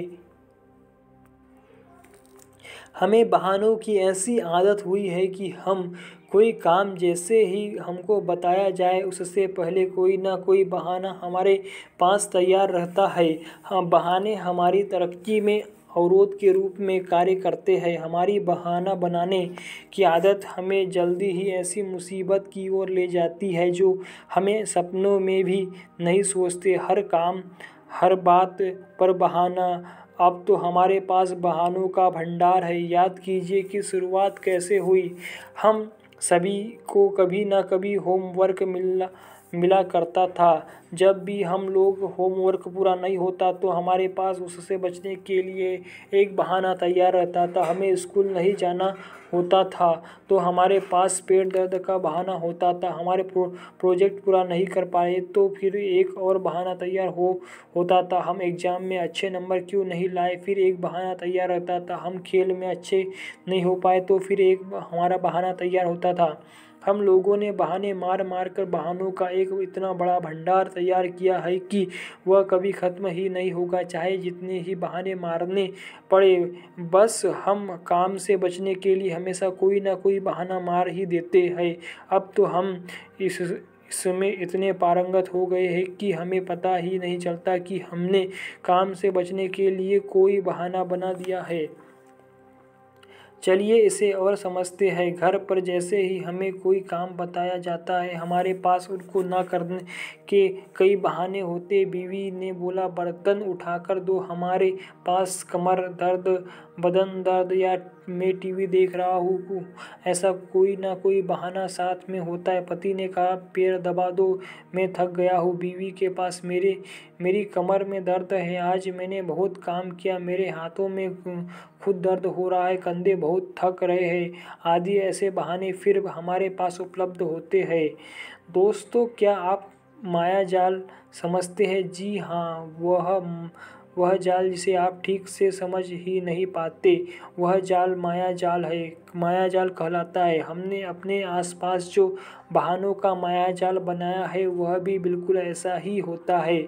हर बार हम बहाने बनाते हुए यह बात समझ ही नहीं पाते कि उन बहानों को बहाने से हम ही कमज़ोर होते जा रहे हैं। आपको सबको बहाने बनाते हुए यह आदत ऐसे पड़ जाती है कि आपको पता ही नहीं चलता कि कब में अपने बहाना बना दिया। यह बहाने आपके जीवन का एक हिस्सा बन जाते हैं, वो हिस्सा जो आपके जीवन को ही नर्क बनाता चला जाता है। आप काम से मन चुराने लगते हैं। काम ना होने पर हमेशा ही आपको नुकसान होगा और यह कोई बताने वाली बात नहीं है। जब काम नहीं होगा तो उसका फल भी नहीं मिलेगा।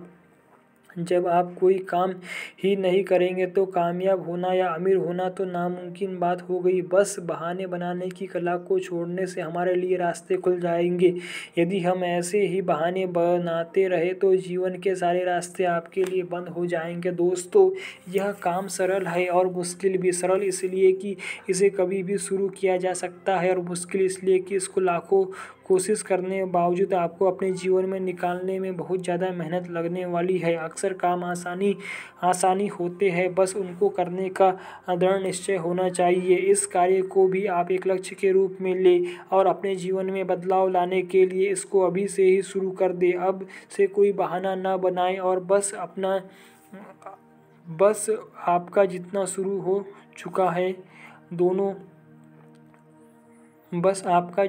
हो चुका है दोस्तों, हम सब एक सुंदर जीवन की कामना करते हैं। हम सभी अपने जीवन में सब कुछ पाना चाहते हैं। हम सभी जीवन के सभी सुख चाहते हैं, पर क्या आप उसके लिए सचमुच कार्य करते हैं? क्या आप सचमुच वह सब कुछ पाना चाहते हैं? यदि हाँ, तो आपको अपने आप से झूठ बोलने की कला छोड़नी होगी। बहानेबाजी को हमेशा के लिए त्यागना होगा। लक्ष्य कितना भी दूर हो, पर हर एक छोटा कदम उसकी ओर बढ़ाते हुए उस दूरी को छोटा करता चला जाता है। आपका लक्ष्य कितना ही बड़ा हो, इस बात से कोई फर्क नहीं पड़ता। आप बस उसकी ओर अपने छोटे छोटे कदम बढ़ाने की शुरुआत कर दीजिए। आपके काम में बाधा डालने के लिए आपके इर्द गिर्द जो भी लोग रह रहे हैं वे सभी आपको फिर से बहाने बनाने के लिए विवश कर सकते हैं, क्योंकि उनको भी ऐसे ही आदत पड़ चुकी है। आप इसके विपरीत कार्य करना शुरू करें। ना बहाने बनाएं, ना ही बहाने सुने। जब भी कोई व्यक्ति आपके सामने बहाना बनाता है तो बस मुस्कुरा कर आगे बढ़ जाए और या फिर उसको बहाना बनाने की कला छोड़ने के लिए प्रेरित करें। जैसे आपने बहाने बनाने की कला को त्यागा है। हो सकता है आपकी बातों से प्रेरित होकर वह व्यक्ति भी बहाने बनाने की इस कला को छोड़ दे और अपने जीवन में वह सारी खुशियाँ पाए जिसे आप पा सकेंगे। ना कोई काल ना कोई बहाना, मेरे चाचू की शादी में जरूर आना। दोस्तों, यह स्लोगन अधिकतर आपने शादी के कार्ड पर देखा होगा। यह हमारी बहाने बनाने की कला पर एक कमाल का तमाचा है जिसे हम हंसते हंसते पढ़ लिया करते हैं। यदि हम बहाने बनाने की कला को पारंगत नहीं हुए होते तो इस प्रकार के कोई स्लोगन कभी भी किसी की शादी के कार्ड पर हमें नहीं मिलते। हमें बहाने बनाने की एक बहुत बुरी आदत या ऐसे कहे कि बहुत बुरी बीमारी लग चुकी है। एक ऐसी बीमारी जिसका इलाज बाहरी रूप से कभी हो ही नहीं सकता। दोस्तों, यह एक आंतरिक बीमारी है, हमारी मानसिकता से जुड़ी हुई एक आंतरिक बीमारी जिसका इलाज कोई बाहरी डॉक्टर नहीं कर सकता।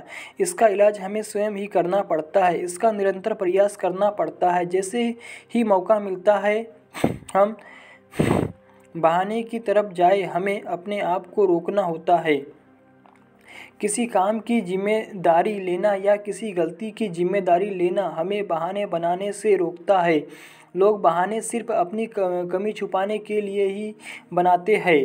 जिस दिन आप अपने व्यक्तित्व को निखारने के लिए अपनी गलती को मान लो तो समझ लो कि आपने काम शुरू कर दिया। समझ लीजिए उसी दिन से आपकी बहाने बनाने की कला खत्म होने लगी और यह कला खत्म होते ही आपके सारे कार्य होने लगेंगे। आप सभी कामों में मन लगा पाएंगे। और दोस्तों, जब आप किसी भी काम में मन लगाकर उस काम को करेंगे तो आपकी जीत निश्चित है।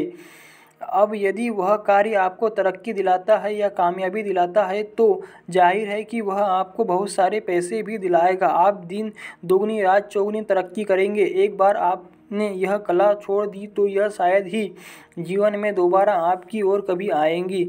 आपको अपने मन पर विजय पानी है और बहाने बनाने वाली कला को हमेशा के लिए त्याग देना है।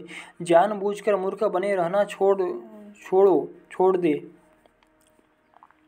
दोस्तों, अपनी दिनचर्या में हमने एक और आदत को विकसित किया है और वह है जानबूझकर मूर्ख बने रहने की आदत। क्या सचमुच हम जानबूझकर मूर्ख बने रहते हैं? चलिए इसको एक उदाहरण से समझते हैं। दोस्तों, यदि हम गलती से किसी गड्ढे में गिर जाते हैं तो यह हमारे लिए गलती होती है, परंतु यदि हम जानबूझकर किसी ऐसे रास्ते पर जाते हैं जहाँ पर हमको पता है कि वहाँ पर गड्ढा है और हम उसमें गिर जाते हैं तो यह गलती नहीं मूर्खता कहलाती है। और ऐसे ही मूर्खता हम दिन रात कई बार करते रहते हैं। चलिए देखते हैं कैसे। हम में से कितने ऐसे लोग हैं जो यह जानते हैं कि हम नौकरी करते हुए जीवन में कभी भी अपने सपनों को नहीं पा सकते। नौकरी करते हुए बड़ी गाड़ी और बड़े बंगलों का सपना कभी पूरा नहीं हो सकता। यह बात हम सभी जानते हैं, फिर भी दिन रात अपनी नौकरी में हमें लोग अपने आप को झोंके रहते हैं। वही काम हर रोज करते रहते हैं जिससे हमको पता है कि इसके फलस्वरूप सिर्फ हमें आजीविका ही मिलेगी।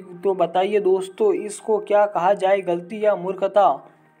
मैं नौकरी करने के बिल्कुल खिलाफ नहीं हूँ, बस मैं आप सभी को जगाना चाहता हूँ कि नौकरी करते हुए भी आप अतिरिक्त आय के साधन बनाते जाएं और एक दिन नौकरी को अलविदा कहें। यदि आप नौकरी को अलविदा नहीं भी कहना चाहते तो भी आपको लगातार अपने लिए आय के नए साधन खोजने चाहिए, जो साधन आपके लिए वह सभी सपने पूरा करने का काम करेंगे जो आपने देखे हैं। अतिरिक्त आय के साधन होने की वजह से आप वह सब कुछ कर पाएंगे जो आप चाहते हैं।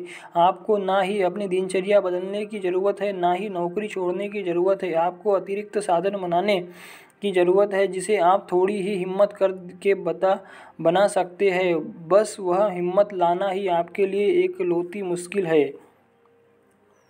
दोस्तों, जीतने के लिए सिर्फ एक ही चीज़ की ज़रूरत पड़ती है और वह होती है जीतने की चाहत। आप जीतने की चाहत रखते हैं तो आपको दुनिया में कोई ऐसा व्यक्ति नहीं है जो आपको हरा सके। आपकी जीत में सिर्फ एक ही व्यक्ति बाधा के रूप में खड़ा है और वह आप स्वयं है। दोस्तों, आपको जानबूझकर मूर्ख बने रहने की आदत है, उसे छोड़ना होगा। दोस्तों, आदतें आपके लिए फलस्वरूप कुछ नहीं देती, उन सभी आदतों को त्याग दो। जैसे कि देर तक सोने की आदत। आपको पता है इससे आपका शरीर भी खराब हो रहा है, आपकी फुर्ती खो रही है और आप समय भी खो रहे हैं। आप सब सच जानते हुए भी इसे ठीक करने की कोशिश नहीं करते और रोज़ देर तक सोते रहते हैं। दोस्तों, यह गलती जो आप जानबूझकर कर रहे हैं इसे क्या कहा जाएगा? इसे ही जानबूझकर मूर्ख बने रहना कहते हैं। आप सभी को पता है ज़्यादा देर तक सोने से आपका समय नष्ट हो रहा है। आप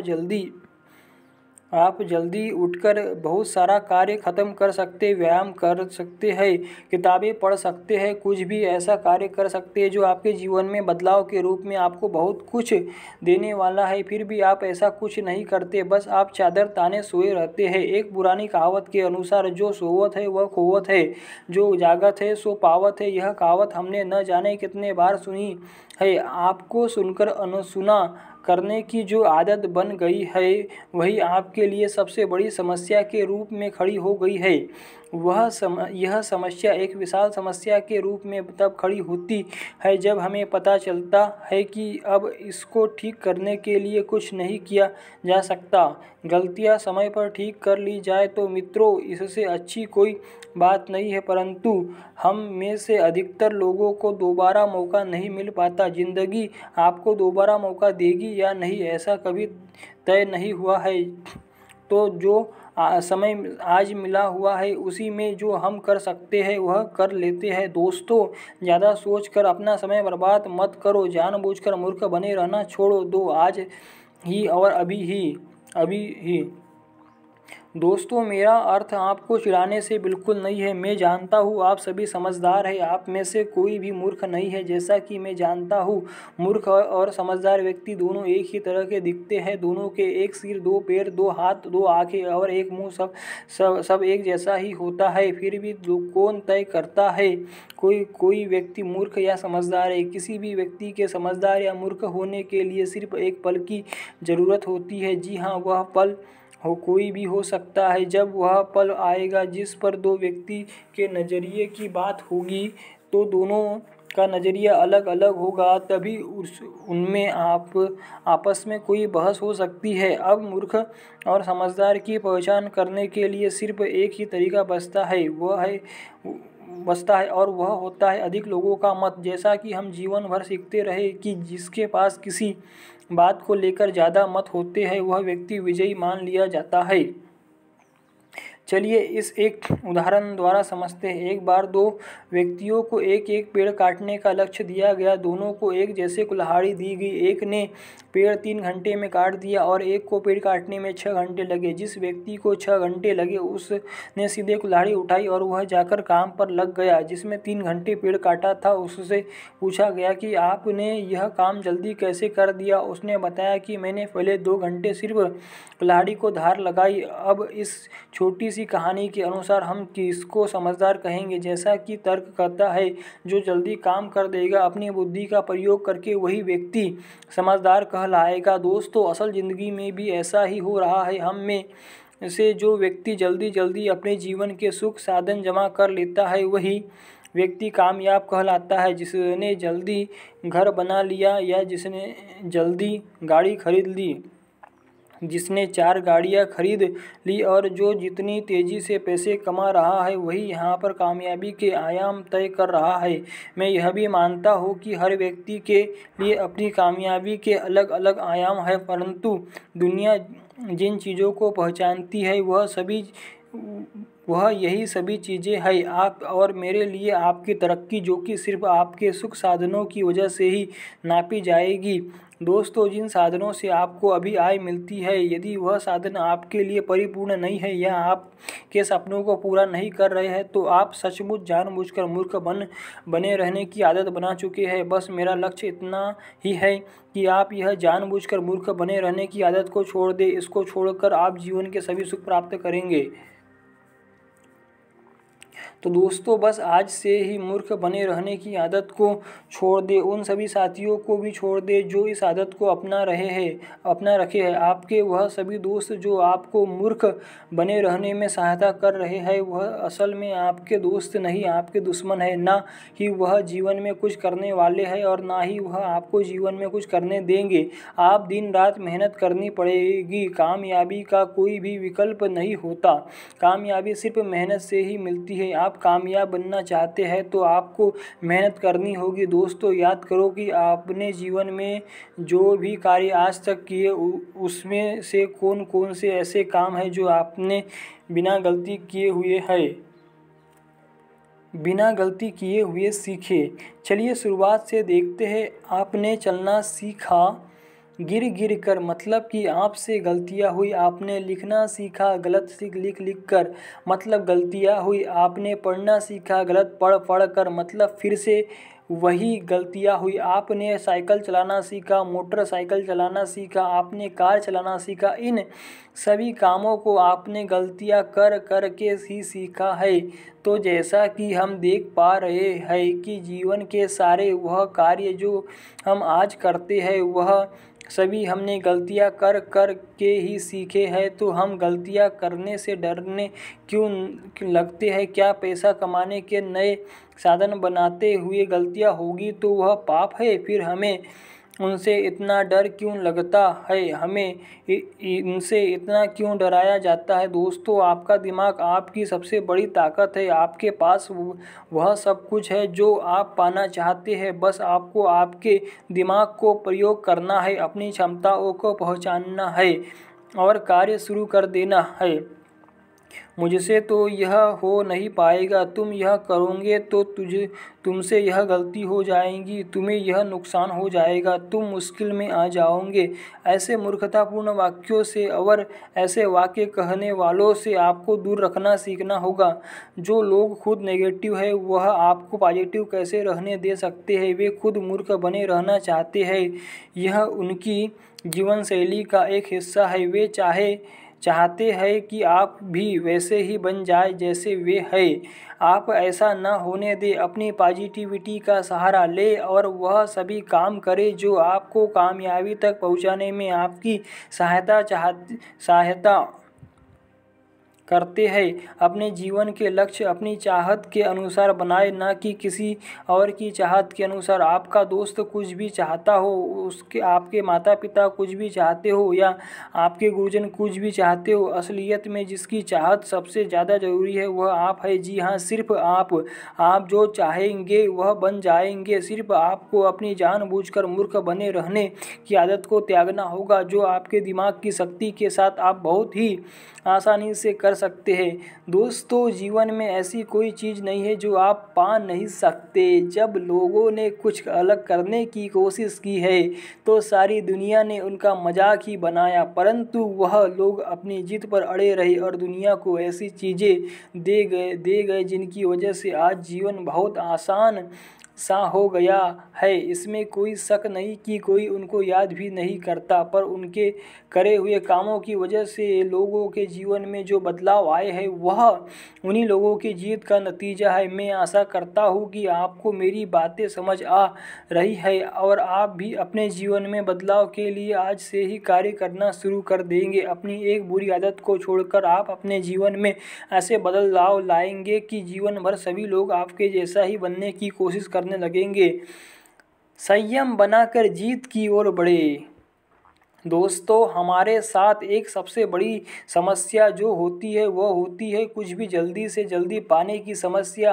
हम कोई भी काम जैसे ही शुरू करते हैं हमें उसका फल जल्द से जल्द चाहिए होता है। हम में हमेशा से ही संयम की कमी रहती है। संयम एक साधना के अनुसार होता है। जैसे साधना करते हुए आपको अपने आप को शांत और स्थिर रखना होता है, ऐसे ही संयम बनाकर किसी भी कार्य को शांत और स्थिर मन के साथ ही किया जाता है। हम सभी ने कहावत के रूप में एक बात सुनी है, जल्दी का काम शैतान का होता है। तो फिर हम किसी कार्य का फल जल्द से जल्द क्यों चाहते हैं। सभी कामों में समय सीमा जरूर होनी चाहिए, उससे हमें निर्धारित समय में काम करने में आसानी होती है। हमें कोशिश करनी चाहिए कि हमारा जो निर्धारित समय मिला, जो हमें काम उससे पहले ही ख़त्म कर लेना चाहिए। ऐसा करने से हमारा जोश दुगना हो जाता है। अब हम जो नए लक्ष्य तय करेंगे उनके लिए समय सीमा के अंदर काम करने की हमारी आदत बनेगी, जो हमें समय से पहले जीतने में मदद करेगी और हमें अपनी जीत का सुख भोगने के लिए अधिक समय मिलेगा।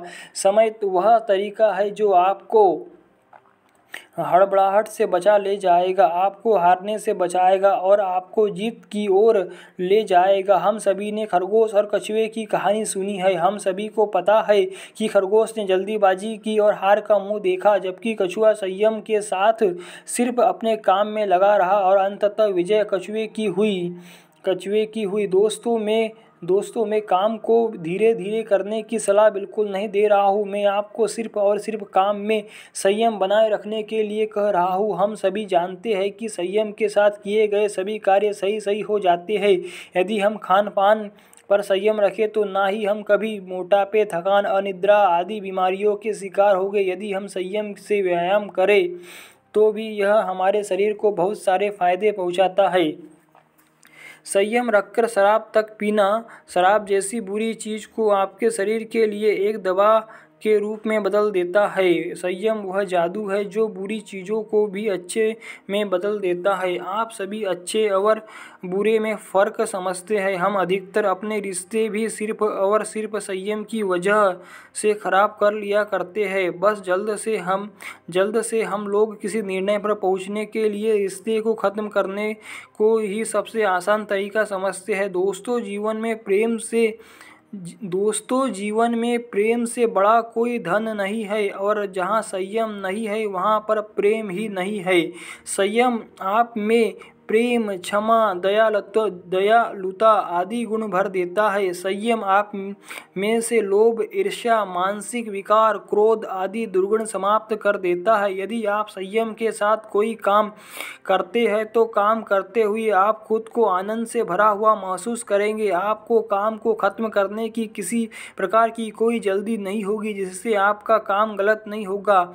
आप लक्ष्य की और धीरे धीरे बढ़ेंगे, परंतु आप उसमें गलतियों से बच जाएंगे। सही मायने में आपका लक्ष्य पाते हुए संयम आपको लक्ष्य के रास्ते पर ले जाते हुए संतुलित बनाए रखने का हथियार जैसा। यदि आप संतुलित रहेंगे तो आपका जीतना तय है। उदाहरण के तौर पर जब कभी भी आपके सामने गर्मा गर्म स्वादिष्ट हलवा आता है और वह अधिक गर्म होने के कारण अभी खाने योग्य नहीं होता, परंतु उसको देखते ही आपके मन में लालच आ जाता है और आप अपना संयम खोकर उसको तुरंत अपने मुंह में रख लेते हैं, तो आप जैसे ही उसे खाते हैं आपका मुंह जल जाता है। आपको उसका स्वाद नहीं आता और आपका ध्यान एकदम से बदलकर अपने जले हुए मुंह की ओर चला जाता है। तब जाकर आपको पता चलता है कि आपके द्वारा एक गलती कर दी गई है। दोस्तों, यदि आप थोड़ा सा संयम रखकर उसी हलवे को थोड़ा ठंडा करने के बाद खाएं तो आपको अति उत्तम आनंद का एहसास होता है।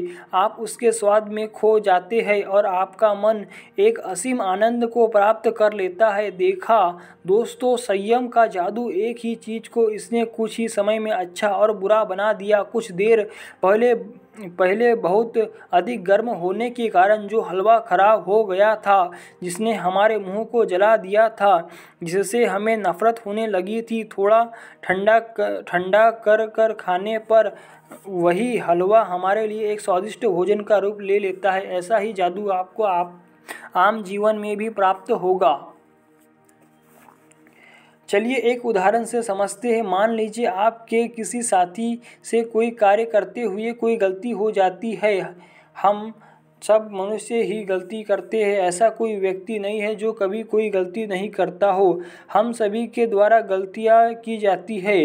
कहावत के अनुसार यही माना जाता है कि मानव तो गलती का पुतला है। चलिए फिर से बात पर आते हैं। आपके एक साथी द्वारा एक गलती कर दी गई और यदि आप उससे सीनियर हैं तो आप उसकी गलती के लिए उसको भला बुरा कहने लगते हैं। कई बार गलतियां बहुत छोटी होती है जिनको नज़रअंदाज किया जा सकता है, परंतु हम ऐसा न करके अपने औंधे और अपनी ताकत का प्रयोग करके उसे नीचा दिखाते हैं।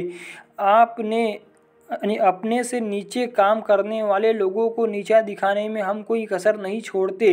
हम उनको मानसिक हानि पहुंचाते हैं। यदि हम संयम रखें तो वही व्यक्ति अपनी गलती सुधार भी सकता है, और यदि आपने उसे गलती सुधारने में उसको मदद की है तो वह आपके लिए जीवन भर आपका अनुयायी बनकर रहने के लिए तैयार हो जाएगा। संयम का जादू फिर से एक बार देखा आपने। वही व्यक्ति, वही गलती, बस संयम द्वारा उसके साथ निपटने का तरीका ही सब कुछ है। संयम ने आपका क्रोध दिखाने या बचाने में आपको सहयोग किया। यदि आपने क्रोध दिखाया तो आप अपना काम करने वाला साथी खो देंगे, और यदि आपने बचाने वाले तरीका अपनाया तो आपको एक अच्छा साथी मिल जाएगा। हम सभी सामाजिक प्राणी हैं। हम सभी से गलतियां होती है। गलती करना कभी भी कोई बुरी बात नहीं है, पर गलती से न सीखना सबसे बुरी बात होती है। जो व्यक्ति गलती नहीं मान सकते उनसे बड़ा मूर्ख दुनिया में कोई नहीं होता। मित्रों, गलती करना बहुत आसान काम है, पर गलती को मानना बहुत मुश्किल काम है। जो कुछ ही हिम्मती लोग कर पाते हैं, मैं जानता हूँ कि आप में से बहुत सारे व हिम्मत वाले लोग यह किताब पढ़ रहे हैं। संयम के जादू को सीखे, संयम के साथ कार्य करें। मैं आपको कार्य करने में आनंद आएगा। आप अधिक से अधिक मित्र बना पाएंगे। आप काम को संयम से पहले ख़त्म कर पाएंगे, क्योंकि संयम से आप जो भी निर्णय लेंगे वह आपके काम के प्रति ऐसा उपहार आपके लिए लेकर आएगा जो अविश्वसनीय होगा और जो आपको हैरान कर देगा। अब सारा जहां आपका हुआ। जी हाँ दोस्तों, अब आप सारे नियम सीख चुके हैं। कुछ नियम हमने आपको इस किताब के माध्यम से आप तक पहुँचाए और कुछ नियम आप जीवन में खुद बनाएंगे। बस दोस्तों इतना ही याद रखना है कि नियम कुछ भी हो, आपको अपनी जीत तक पहुँचना हम सब का लक्ष्य है। आपकी कामयाबी ही मेरी और आपकी जीत है। जी हाँ दोस्तों, हम सभी जब किसी ट्रेनिंग के बाद काम करने उतरते हैं तो पहले हमारा एक टेस्ट होता है, जिसको पास करने के बाद हमको एक सर्टिफिकेट दिया जाता है। वह सर्टिफिकेट यह बताता है कि हमने जो भी कुछ पढ़ा और सीखा वह आप सीख चुके हैं और अब आप उसके आगे का कार्य करने के लिए तैयार है। जैसे मैंने कुछ नियम इस पुस्तक में आपको सिखाए, उसके अनुसार अब आप जीवन में कुछ भी कामयाबी और कुछ भी पाने की कला सीख गए हैं। वह पैसा हो सकती है, वह आपके जीवन का कोई लक्ष्य हो सकता है, वह बहुत अच्छी नौकरी हो सकती है, वह आपका बिजनेस शुरू करने का सपना हो सकता है। मतलब दोस्तों ऐसा कुछ भी जो आपने अभी तक सिर्फ अपने सपनों में बसा के रखा हुआ था पर आप उस पर कार्य नहीं कर पाए थे। मेरी पुस्तक द्वारा मुझे आपको आपके सपनों को जीने के लिए तैयार करना था। मैं आशा करता हूँ कि आप इन नियमों द्वारा अपने जीवन के वह सभी सुख भोग पाएंगे जो आप चाहते हैं। यह पुस्तक सिर्फ और सिर्फ आपको जगाने के लिए लिखी गई है। दोस्तों पुस्तकों तो बहुत सारी लिखी जाती है, आपके द्वारा पढ़ाई भी जाती है, पर आपके जीवन में बदलाव जो भी पुस्तक ला पाए वही पुस्तक आपके लिए सबसे महत्वपूर्ण बन जाती है। एक सुंदर सी लाइन जो मैंने कहीं पर पढ़ी थी कि जीवन में अच्छा ज्ञान आप अर्जित करेंगे, परंतु यदि आपको उस ज्ञान का प्रयोग करना नहीं आता तो वह सारा ज्ञान कूड़े के समान है। तो दोस्तों यह नियम जो भी मैंने इस पुस्तक में आपको बताकर जगाने की कोशिश की है वह आपके लिए खुशियाँ तब लेकर आ पाएगा जब आप इन नियमों का पालन करके अपने जीवन में बदलाव की कोशिश करेंगे।